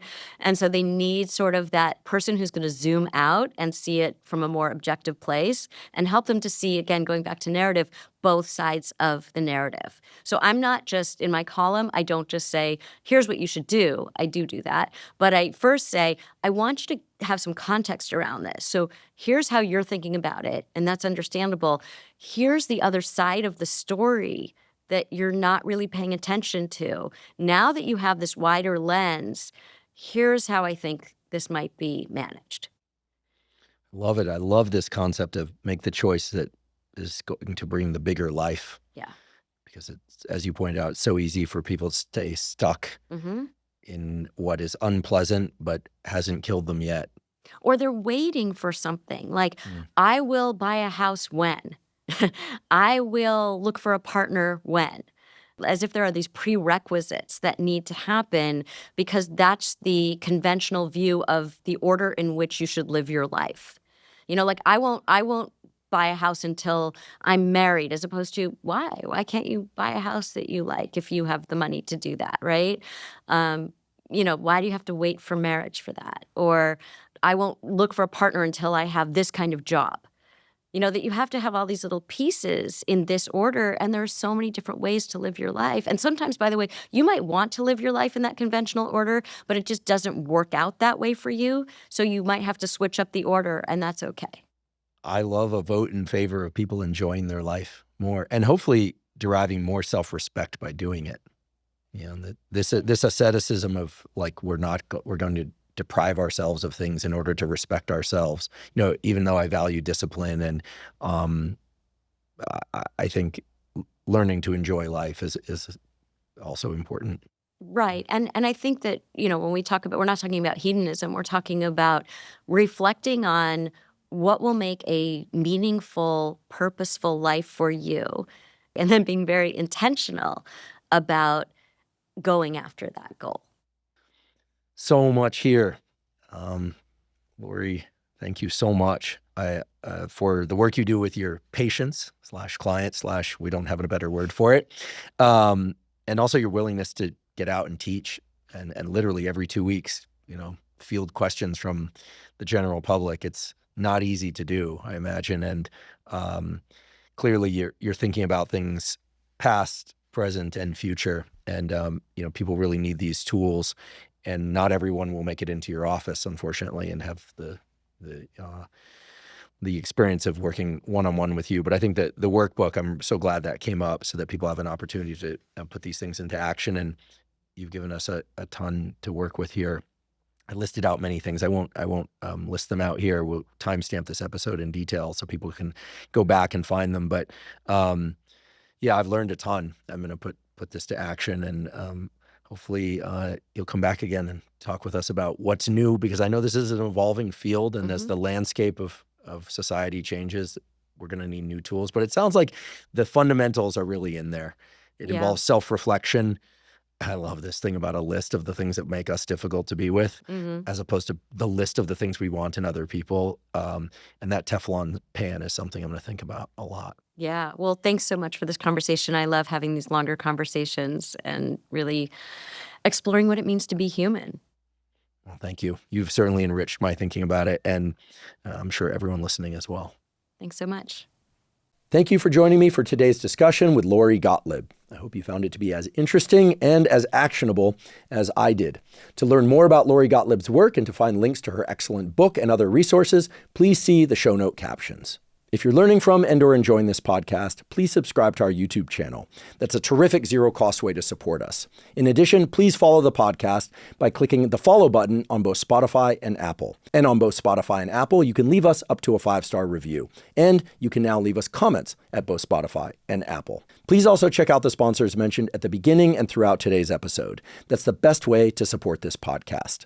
If you have questions for me or comments about the podcast, or guests or topics that you'd like me to consider for the Huberman Lab podcast, please put those in the comments section on YouTube. I do read all the comments. For those of you that haven't heard, I have a new book coming out. It's my very first book.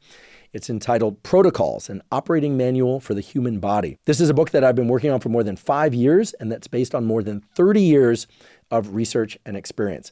And it covers protocols for everything from sleep to exercise to stress control, protocols related to focus and motivation. And of course, I provide the scientific substantiation for the protocols that are included. The book is now available by pre-sale at protocolsbook.com. There you can find links to various vendors. You can pick the one that you like best. Again, the book is called Protocols, an Operating Manual for the Human Body. And if you're not already following me on social media, I am Huberman Lab on all social media platforms. So that's Instagram, X, Threads, Facebook, and LinkedIn. And on all those platforms, I discuss science and science-related tools, some of which overlaps with the content of the Huberman Lab podcast, but much of which is distinct from the information on the Huberman Lab podcast. Again, it's Huberman Lab on all social media platforms. And if you haven't already subscribed to our Neural Network newsletter, the Neural Network newsletter is a zero-cost monthly newsletter that includes podcast summaries as well as what we call protocols in the form of 1 to 3 page PDFs that cover everything from how to optimize your sleep, how to optimize dopamine, deliberate cold exposure. We have a foundational fitness protocol that covers cardiovascular training and resistance training. All of that is available completely zero cost. You simply go to hubermanlab.com, go to the menu tab in the top right corner, scroll down to newsletter, and enter your email. And I should emphasize that we do not share your email with anybody. Thank you once again for joining me for today's discussion with Lori Gottlieb. And last, but certainly not least, thank you for your interest in science.